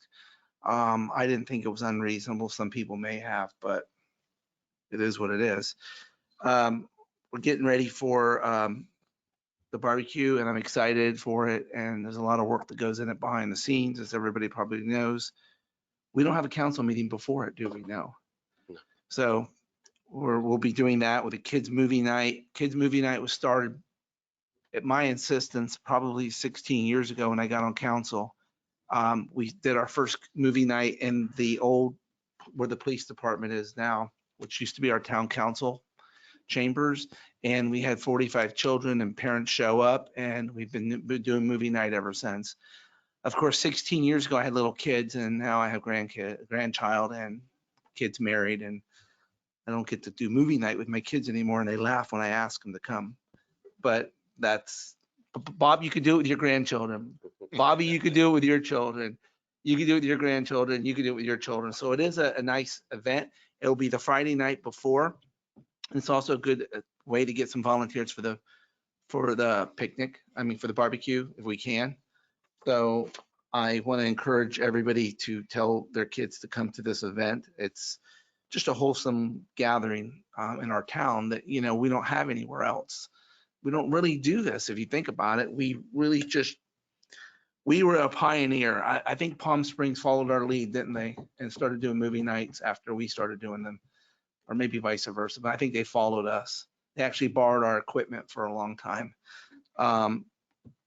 I think this is what towns are about, getting people together to do things. And then the last thing I wanted to discuss was I want to thank all of you up here for all your hard work. Paul, you've worked so hard on this septic to sewer information campaign. I appreciate it. I appreciate all the work you do. I really feel like sometimes y'all do so much more than I do, and I try to keep up with you. This is a thankless job, as you probably know. We get $92 a month. I only say that because it is thankless. We have to go to Tallahassee. No one pays our salary when we're in Tallahassee for 2 days, and I do bill at a higher hourly rate. So I try to take my work on the road when we're there. Bob bills at even higher hourly rate. So he tries to take his, and Paul and Bobby are somewhere in between. So we go up there and we want to spend time talking to legislators, and we're going to do it, but it is a sacrifice of 2 days of work. And I know that sounds funny, but my wife reminds me I've got 3 kids in college, and and the last one is coming up for college. So we all kill ourselves what we pay up here. But I would never give it up for anything, because I think the service we give our town is invaluable. And I just think everybody up here has done it selflessly, if that makes sense, because we're certainly not getting anything in return of monetary value other than the knowledge to know that we want to reach out to your residents and really help you. And I understand people have bitter disputes, and we do have an election coming up and all of this stuff. But either way, I just want to let you know that from my 16 years up here, I've seen this council and all the council members only care about really trying to do the right thing for people. And that's kind of what we do in a small community where everybody knows your name. Isn't there a song about that? That's Cheers. Yeah. Yeah. Everybody does know your name. The sad thing is everybody knows my name. I don't know their names as well as Paul does, or Bob, Greg or Bobby. They're learning names better than me. You have to say it 8 times to me, and then you have to tell me what you do for a living, and that's how I remember your name. But it's important to know who people are. And I really respect what we do for you, and I hope you can respect it as well, because it is the quintessential part of democracy to be able to come up here and help, and so anyone reaches out to us, to me, I'll try to answer any question. And I know we do that up here as well. There are a lot of big towns where the council members just can't connect.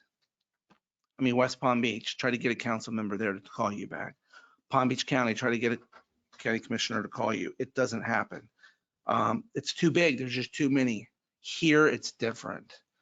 And, kind of like the fictional movie, The Fictional Town in the Waltons, or like Mayberry. That's really what we are. We really are. It's unique. We have our own police department. We have a police chief here for 20 years. We all, in the end, want to do the right thing for our residents. That's how I feel. Thank you. That's all I have. Thank you. Councilman Gonzalez. Geez, how do you follow that? Yeah, I don't know why I was so talkative. No, that's normally you, but no. Yeah, I'm normally the one talking a lot, but I think it was a very from the heart thing, and I think a lot of that resonated with me, and I appreciate how everybody kind of comes together, and it's frustrating sometimes because I learned this at my first Florida League of Cities, and you hear us talking a lot about Florida League of Cities, which is an important group that every municipality is a part of. But the system that we have, a system of governance and the way that we do things and the way that we debate, it's not perfect. It's in fact far from perfect, but it's the only way that we can kind of keep some civility and so yeah, I thought you were going to go into talking about the book and celebrating how many years and so he didn't say it, but I'll say it. Val is looking for stories and pictures and memorabilia from Lake Clark Shores in years past, and just closing my eyes and thinking about the memories on the lake and and the different roads, and it's cool. So that being said, wanted to touch just quickly on Airbnbs and VRBOs. Somebody mentioned it. My parents have, I don't know if it's an Airbnb or VRBO, and right next to them, and they somewhat have a different caliber of clientele, which seemingly I think they behave for the most part. But that issue has really been taken outside of our purview or outside of our control. And I had a nice conversation with one of our residents, and she's here today. And I wanted to follow up on that. There was legislation that was passed that now takes that out of our ability to regulate that. What's interesting though is that there are other towns that had laws or ordinances on the books prior to, and so they got grandfathered in. And I wanted to pose a question to Charlie, and maybe we're a bit premature, but we don't really know how bad the issue is because we all kind of hear rumors and we all kind of talk about it. But it would be interesting to at least start to identify what the issue is by requiring them to at least fill out a business tax receipt form, register with the town so that we know the type of activity it is. Because I think a big majority of us would look at that, and the way it's billed is, hey, this is essentially a private hotel or an or a like a little bed and breakfast. And so bed and breakfast pay taxes and have to register with towns. And so this is similar. It's different, but it's similar. So I really think, and I want to urge the town council to really take a hard look at this, that we in the future, whether it be vote or whether the staff can look into the legal ability for Lake Clark Shores to require them to, at least at the very minimum, just to get the ball started in the process so we understand what's going on, you need a tax receipt. We need to know and identify the Airbnbs that are operating in our town. And I think only then we can really understand the picture of what's going on. So that's my suggestion for the Airbnbs and the VRBOs. I'm not necessarily against them, but I definitely don't want our neighborhood to be overrun by them, number one, because I think it's going to change the makeup. And number two, if you're going to be doing this neighbor to neighbor, let's pick the caliber or the type of person there, and let's really utilize these platforms to go by those rules, because the platforms do have rules, and each homeowner has the ability to say what is and what is not allowed. There's Well, lots of technology. Before you move on to Sure. that, your next point, Joe, what is the Juno Beach show? Because we talked about this a number of weeks ago. Yes, we have a registration ordinance, and it's based on safety. So I'll send you a copy of our ordinance. So he's, one of the things I know when he's coming in, he's going to be trying to do is get this registration thing going so that we can at least take these small steps that you're talking about. And heck, if it increases, some taxes for us, that would be great. Yeah. So that's on the Airbnbs and the VRBOs, which kind of segues because of the noise. It was brought up a little bit of the noise. It really worries me tremendously that you've got people being bussed in, and potentially, no one said this, but I can only imagine whether it's underage drinking or jumping into pools, and I don't know. So let's talk about the noise at the pavilion. I know that's been an issue for quite some time. I took a look at the application on the town website, and I had two suggestions that we can possibly make. Number one, increase the deposit. Right now it's at about $150 for community park, $200 for the park here at 1701 Barbados.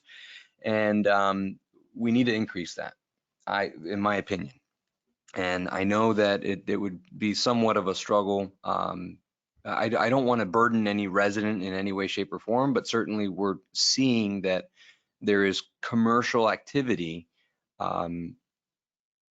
happening in the pavilion. There's an event planning group or lady that has a company that is having events there.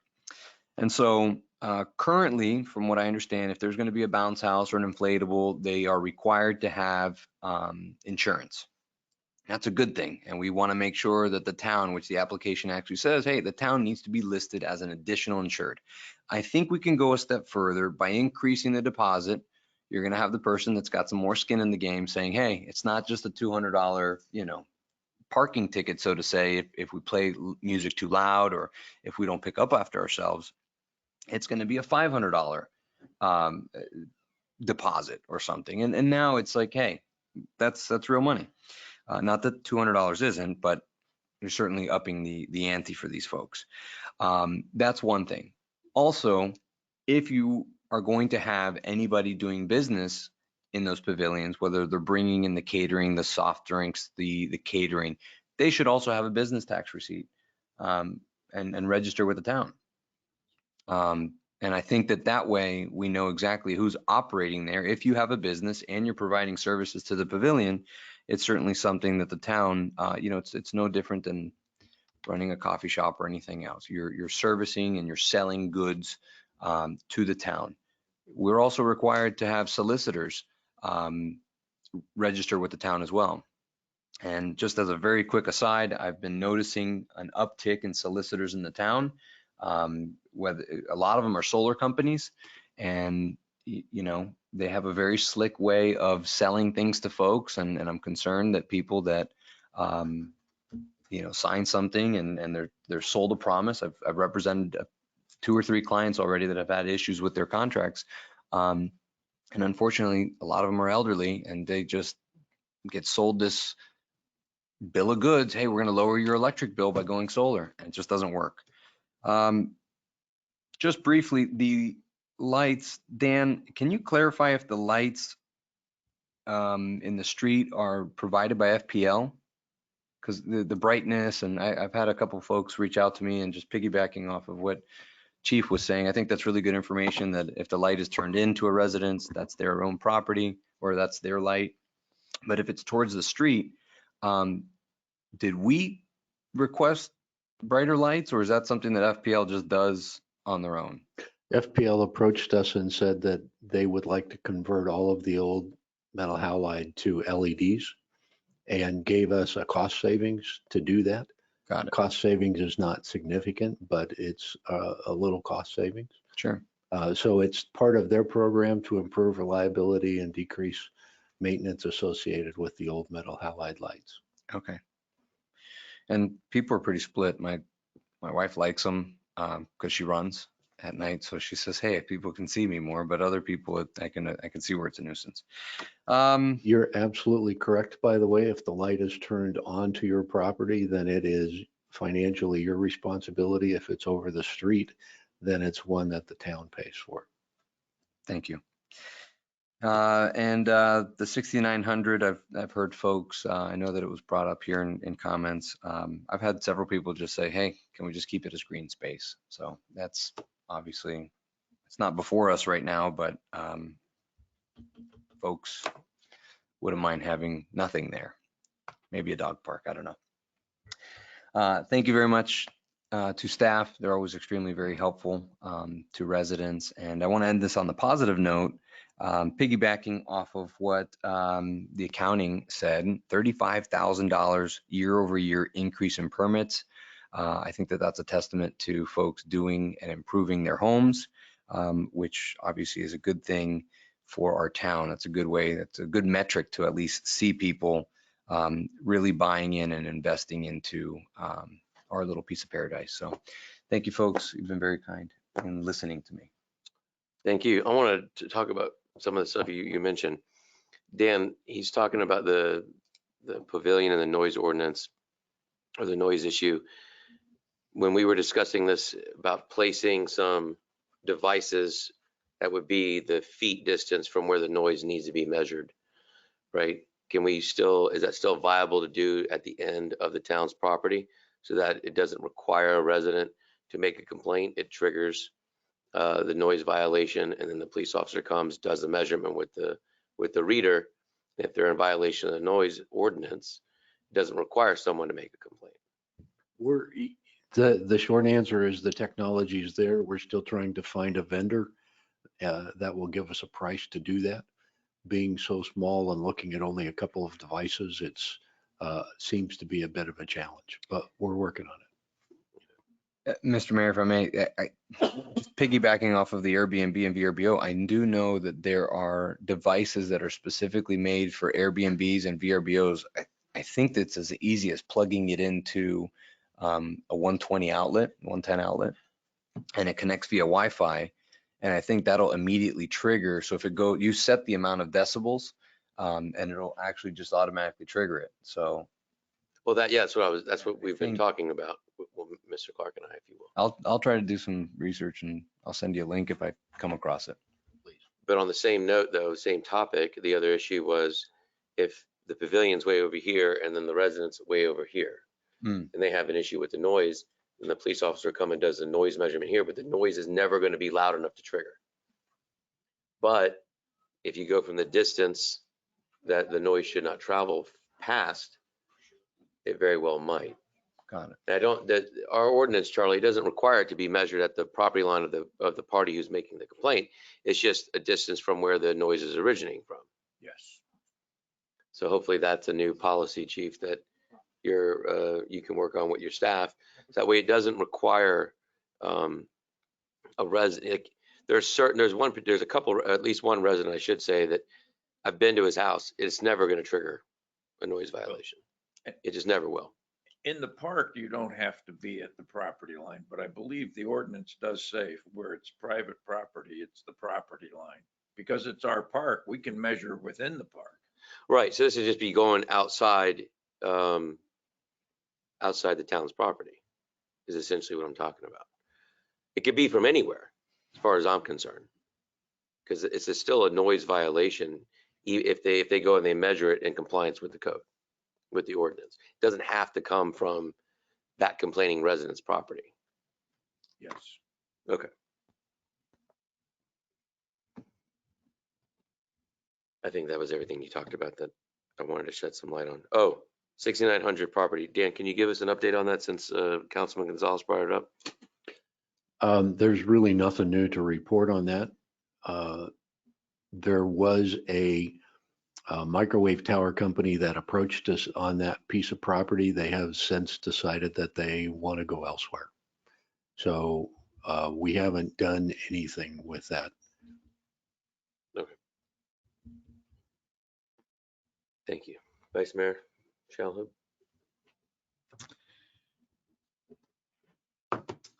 We have the speed table, the 4 speed radars results, Chief, for the speeding up and down the various aspects of Westlake, Carissa, Pine Tree.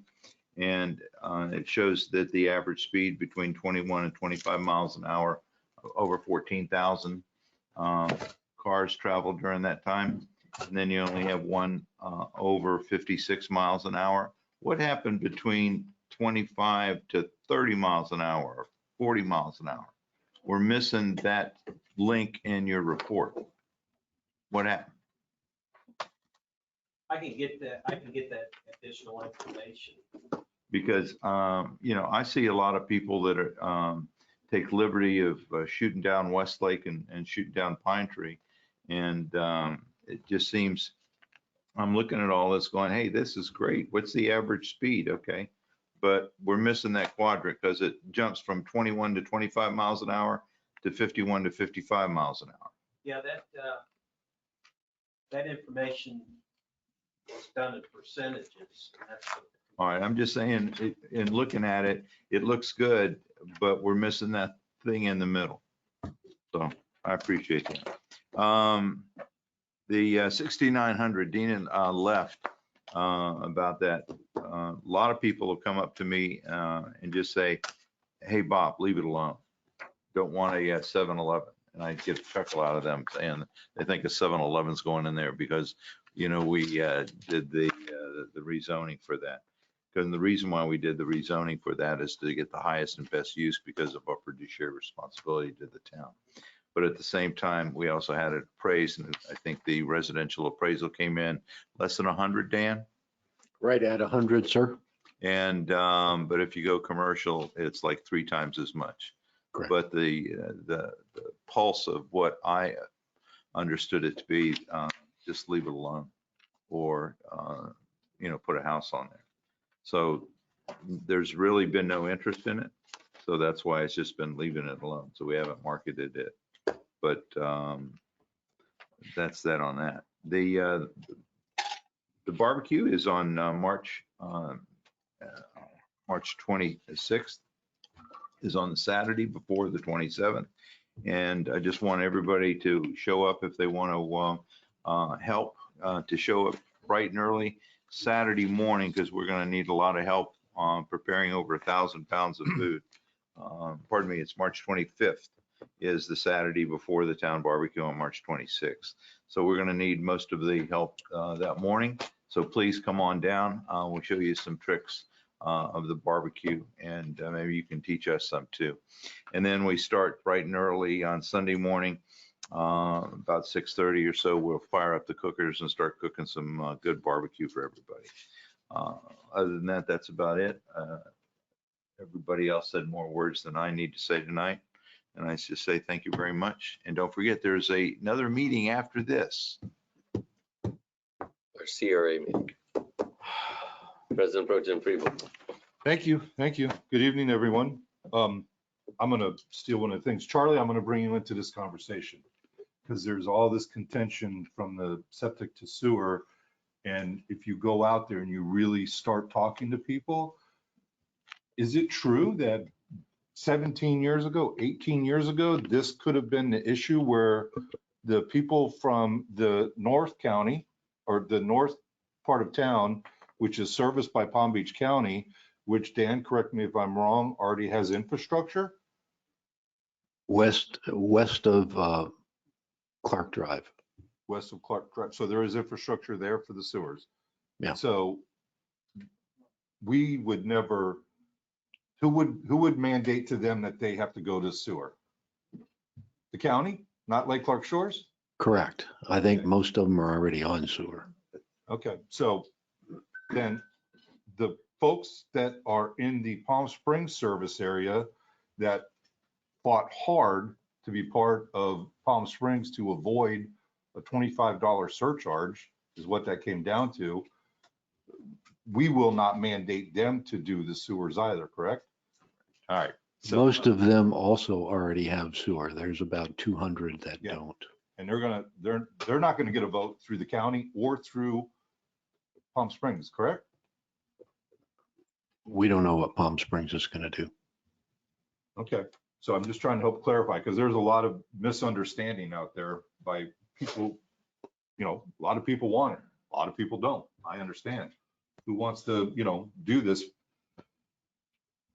The point is that the 702 homes that would be affected by this, and how a mandate works is that, and I don't recall anybody ever saying that we were mandated, because we weren't, but the opportunity to have that occur is there.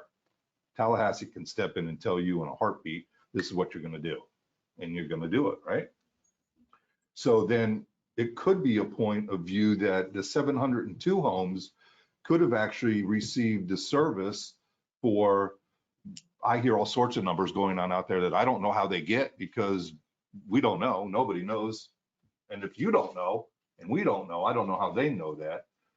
I'm possibly maybe $15,000 over where I could have gotten it 17 years ago, right? So there is that element out there of people that are concerned that the costs are just going to continue to rise. And if you are mandated to do sewers, that game changes right there. It gets changed. You lose some of your leverage. You talk about fiduciary responsibility. In business, you get a budget, you plan your budget, and then you work your plan. So I can see where some of the people would be upset with the town and the council if we knew, because we go to Tallahassee for a reason. We're not there just to have fun. We're there, and I will tell you, Mr. Clark works us. We don't just sit around. We take meetings, we do meetings, we reach across to everybody we possibly can to look for this. It's going up and up and up and up. So for us to be fiduciary responsibly to the citizens, mainly our 702, we should have a plan in place for if this mandate comes along, there should be a plan in place. That's good business, in my opinion. Not just now we're going to fly by the seat of our pants, because if they do mandate it, and correct me if I'm wrong, we'll probably have access to some more free money, possibly. It's funny how Tallahassee works. I've been saying up here for a long time, the Tallahassee takeover, they want to squash municipalities. They really do.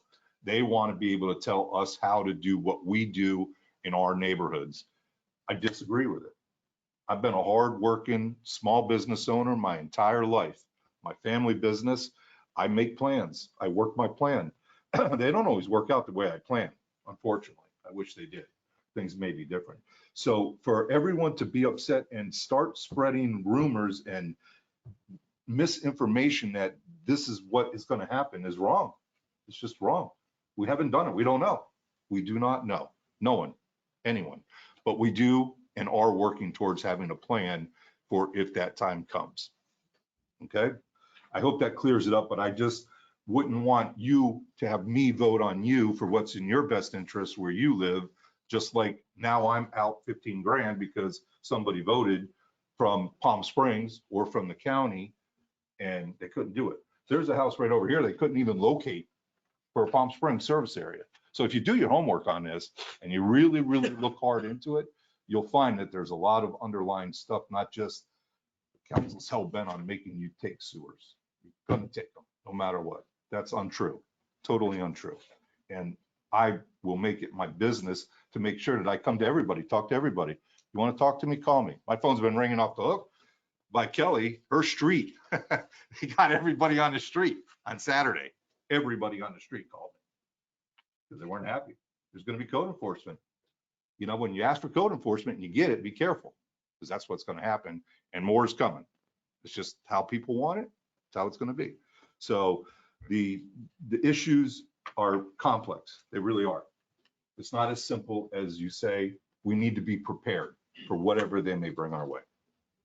So we're not having another meeting for the next time. I'm going to move on to what I like to do best. I like to build community. I like to get the people together, do what we do as a community and work things out. So we're having a fishing tournament. Anybody wants to come on down there. We're asking the game and fish department to come on in. Let's look at the fish. Let's see where everything is at. Let's see the status of how things are going in there. We'll see if they take us up on it. That's going to be on April 8th. We will have a captain's meeting on the Friday before that, which will be the 7th. We have capped it at 30 boats. We have a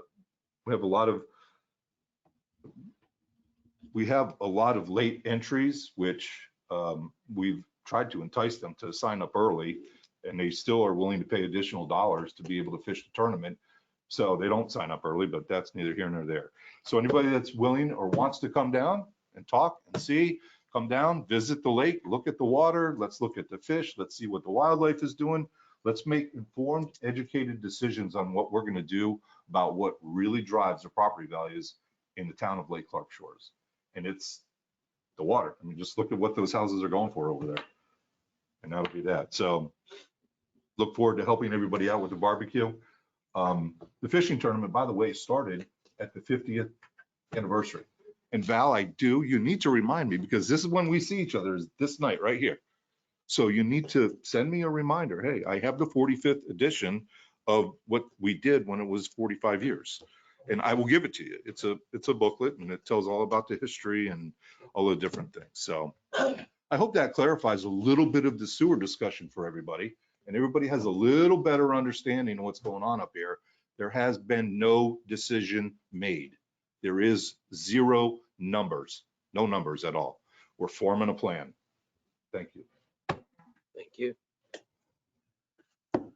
All right. So I'll tie off of that before we go into another topic and have to jump back. This is to address Ms. Janowski's question. May 18, 2022, I know she received the email along with a number of other residents, and it was sent along to us as well. DEP said in this email that our expectation is that the projects will be implemented, referring to the septic sewer conversion. If they are not, subsequent action is taken on our part. The water quality data and implementation of restoration activities are regularly, through the biennial assessment process, reevaluated for progress towards attaining applicable water quality standards. So in the past, I believe we've actually posted all these emails, and most of these emails, if not all of them, with the questions and answers right down to the website, so everybody can come and read them. Correct. And on there, you'll see the DEP essentially said, it's not mandated, but if you don't do anything, we're going to come in and we're going to do our testing. We expect the same results to yield and confirm what we've already told you. Your lake's impaired and you need to do something about it. And we expect you to submit the same septic sewer conversion plan to address that water quality impairment. So that, correct me if I'm wrong, I think, Dan, you answered this question of Ms. Janowski about a year ago in the same fashion. And you said, that's to us, to you, that's a mandate, even though we acknowledged a long time ago, there is no actual mandate to do this. Is that accurate? So I hope that answers your question, Ms. Janowski, as far as that's concerned. All right.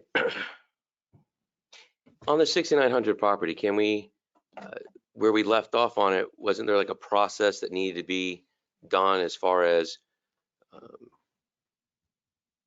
I don't remember what the paperwork was, but if it was to be considered to be sold for a limited commercial use, there were certain things that needed to be done, and we were going to get someone to look into it. Did that person ever actually give us the direction to go? I quite honestly don't remember. I know that we've had conversations. I thought we got the information back and everything was in place, but I'll need to take a look at that. I'll report back. Thank you. Because it would be good to make, just bring that to a head one way or the other for the council and the residents to know what we're going to do with that.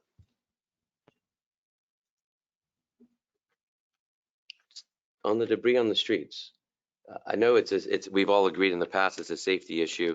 Certain streets are wider than others, right? I don't know if y'all want to have this up for consideration at the next meeting, allowing debris on the streets. I think that's a very slippery slope and a dangerous thing to do, because then you'd have to be treating certain streets differently. Does anybody have thoughts on this? Sure. If I understand correctly, we cannot treat one street differently than another street. Is that because, I mean, all things being equal, it would be nice if you have a nice wide street or a street that doesn't have a lot of traffic, you could treat them differently, but I don't think that the law allows us to do that. Correct, Charlie? Mr. Scheck? I'd have to double check. Typically, the answer is no, you can't treat it differently, but there are different classifications of streets. Okay. And based on that classification, it may be possible. Okay. So, I mean, and that would basically be like based on zones or something, because I know that certain cities do, in zone 1, you can do X, Y, and Z, but in zone 2, you can't. Well, you typically have collector roads and you have local roads. And there are different regulations for those roads. We can look at that and give you a specific answer. So it's not as easy as just saying, okay, no on Pine Tree, no on Westlake because of the amount of traffic. But yeah, and to go to Mr. Rodriguez's point, a car in the road has reflectors, DOT, things that, it's normally you would find it there, and it's also the same similar shape, right? There's certain design elements that are similar. You get a pile of trash and it's just all different. You don't know what somebody's going to put there.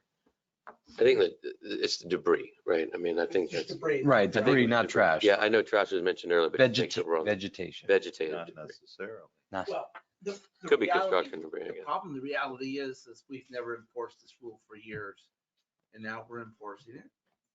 And so, you're gonna have a lot of complaints, and there's a lot of practical issues with. Microphone, please.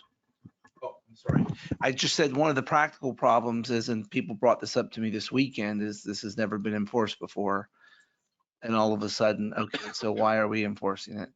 And I get their point. I mean, so, it's just something to think about. It's not the end all, trust me. There's more important town issues, but I just brought that up to think about the ordinance. Just the volume alone, the size of what you're allowed to put out, everybody violates. And we're not citing people on volume. And I don't think we could even cite people on volume because I don't think we're equipped to cite people on the volume of their debris. We're just citing them right now on location. Is that from Waste Management, those regulations? Because, I mean, we have a contract to pick up so many yardages of things, right? Well, he read you the dimensions. Yeah, Technically, right. It's a refrigerator size. Correct. And that would assume that's all based on Waste Management is telling us, hey, this is what we're I don't know. able. We don't know the legislative history of this ordinance, honestly, if there is one. I have no idea how it got in the books. It's worth a discussion. But it is. May I just add something? They tag, if you've got too much stuff out, they won't pick it up and they tag it. Right. Then you gotta pay somebody to move it or pay extra to have them come pick it up. A lot of times we have rules and regulations that the police department is told we want it enforced, and we go and do our due diligence and enforce it. If we weren't enforcing it, it's because we were told not to enforce it. So there's hundreds of rules and regulations that are on the books, and you all make the decision and direct us to do it. I mean, we're in the middle of this, and if you're talking about, I mean, we've been through hell over this, calling up and complaining about picking up from the streets, just blocking the streets. And most of it's been a safety concern, which is very important on your main strips. But the issue, like Charlie said, you'd have to check is some streets, they're cul-de-sacs, they're dead end, and there's really no traffic. So whatever you direct us to do, we'd be more than happy to do it. But we're kind of in the middle. We've been enforcing this and we've got, people are compliant. And the new code officer happened to be in the north end, and then he'll work in the south end, and he's been up there working on that. So it just puts us in the middle, which, you know, that comes with the job. But, you know, we just need direction. If whatever you want us to do, you let us know to do it. But, you know, so people get upset with us and say, well, we were directed to enforce this, you know, and all of you up on the council directed us to do that because it was important for safety, but mostly on the main thoroughfares where people walk in and having to walk out in the street and so forth. Right. Another big problem out there was the fact that people were putting out lawn debris on Tuesday after the Monday pickup. Right. And part of the philosophy was we would probably rather see them maintain the property than cite them for taking care of the property. Whether that was right or wrong, I don't know. It seems like it's come back to bite everybody. I'm telling you, it's been working. The majority of the people are happy about it. But anytime you enforce something, you're always going to have some people that don't like it. And you just have to make that decision. You know, you're not going to be able to accommodate and please everybody. That's from my perspective. But enforcing this has been very positive. It just so happened that he was in the north end and she got a notice on that and was not happy about it. But I've only had a few complaints. I'd say dozens and dozens of people have been very happy about the enforcement, even though it's, you know, it's kind of aggravating to do, contact the people about trash and stuff. So I think it's been very positive. It's a safety issue and everything. I can see concerns on certain streets and stuff, but, and I'm just giving you from my perspective. Thank you, Chief. You know, we're out there, you all aren't with us and have to hear what we have to hear. But I'm telling you, it's been very positive from the safety. Thank you. People like the enforcement, but you're always going to have a few that may not. Mr. Mayor, may I make a couple comments? Yes, please. Our agreement with Waste Management does not have a limitation on the amount of vegetation that can be collected on Mondays. So that's the quantity of vegetation shouldn't be an issue. The only time it becomes an issue is if the truck gets full and can't get back until Tuesday. So sometimes those piles stay out. The second thing is a different hat that I'm asked to wear for the town is risk manager. With golf carts and with cars driving at night, you don't know what's in that pile of debris. There can be a 6-inch palm tree buried underneath what looks like a palm frond. And you think it's cool to just clip the edge of that palm frond and you end up hitting that palm tree trunk. It's a really different feeling in your vehicle when that occurs.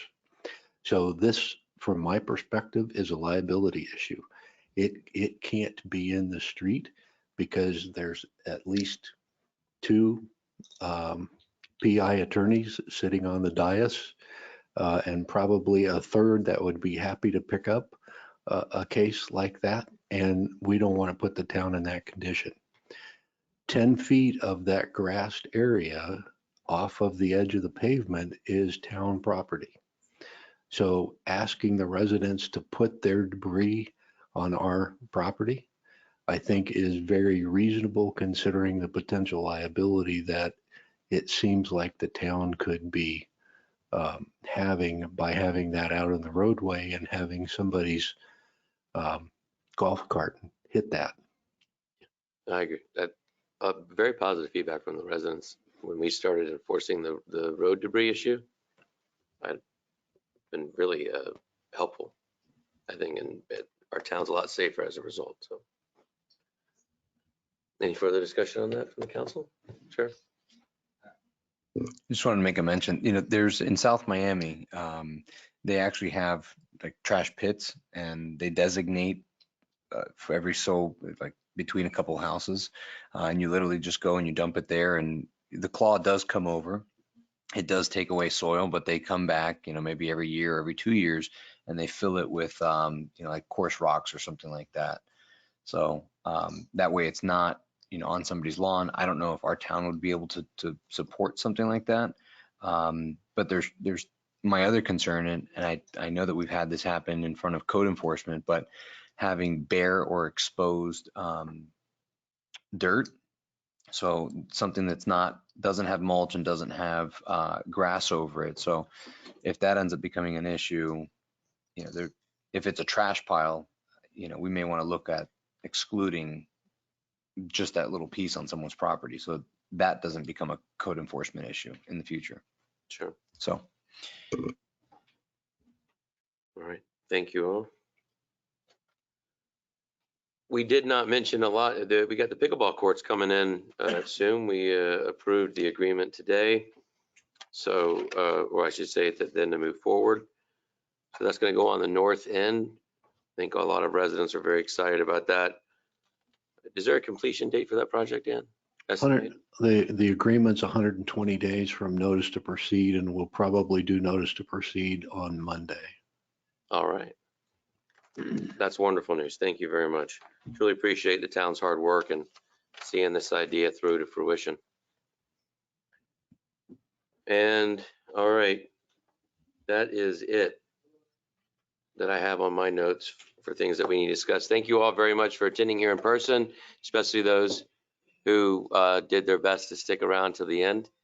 We're going to, thanks to everybody who attended online as well. If I could take a motion to adjourn, please. All right, is there a second? All in favor? Aye. All right, motion carries. We're going to start our CRA.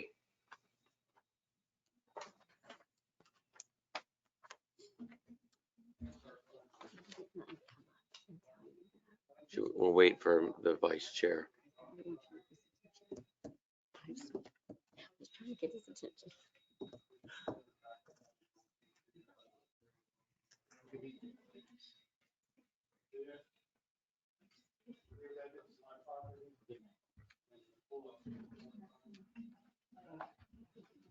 Hello.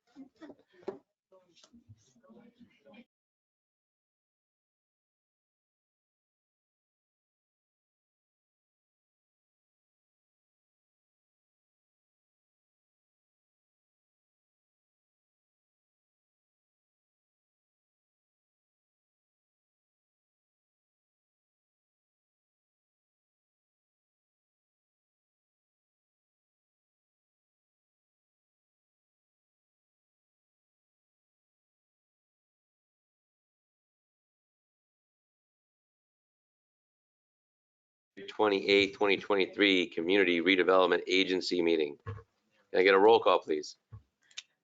Chair Bahal Shalhoub, Present. Vice Chair Robert Shalhoub, Commissioner Gregory Freebold, Here. Commissioner Valteen Rodriguez, Commissioner Robert Gonzalez. Here. All right, I'll take a motion to approve the agenda. So moved. Second. All right, all in favor? Aye. Motion carries. Approval of the consent agenda. So moved. Second. All in favor? Aye. All right, presentation 2021-2022 annual report. Mr. Clark. You have the annual report in front of you. I'm not going to elaborate on it much. It is a great report. The CRA is doing very well. A couple of points that aren't in the report that I thought I would throw out.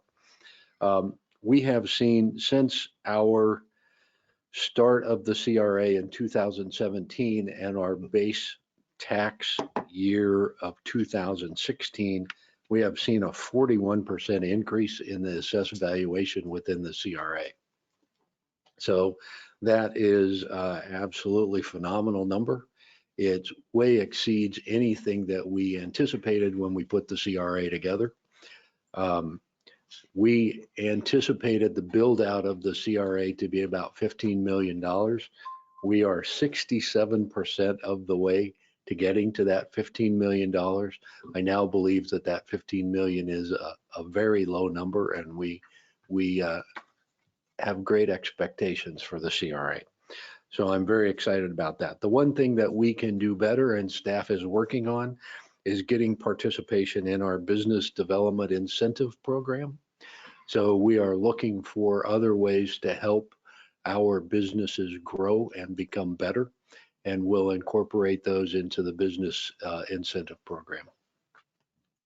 With that, I'm happy to answer questions. Thank you very much. Any questions for Mr. Clark? No. Pretty nice brochure.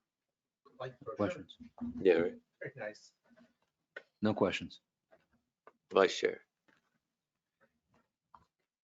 I tell you what, got on here 1 year, not even a full year after this got started, and it's been an amazing ride. I love seeing the growth of our CRA corridor, and our future is very bright in that regard. So thank you very much, Dan and staff, for all your hard work behind the scenes to make that happen. New business, we're going to approve 2021, 2022 annual report. So moved. Is there a second? Second. All in favor? Aye. Motion carries. Any audience comments on the CRA? Anything written in, Mr. Clark? No, sir. All right. Any commissioner comments? Any commissioner comments? Mr. Vice Chair? No, All right. so moved. Is there a second? Second. All in favor? Aye. All right, motion carries.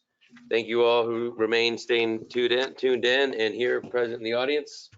The meetings are concluded for the day. You all take care and be safe.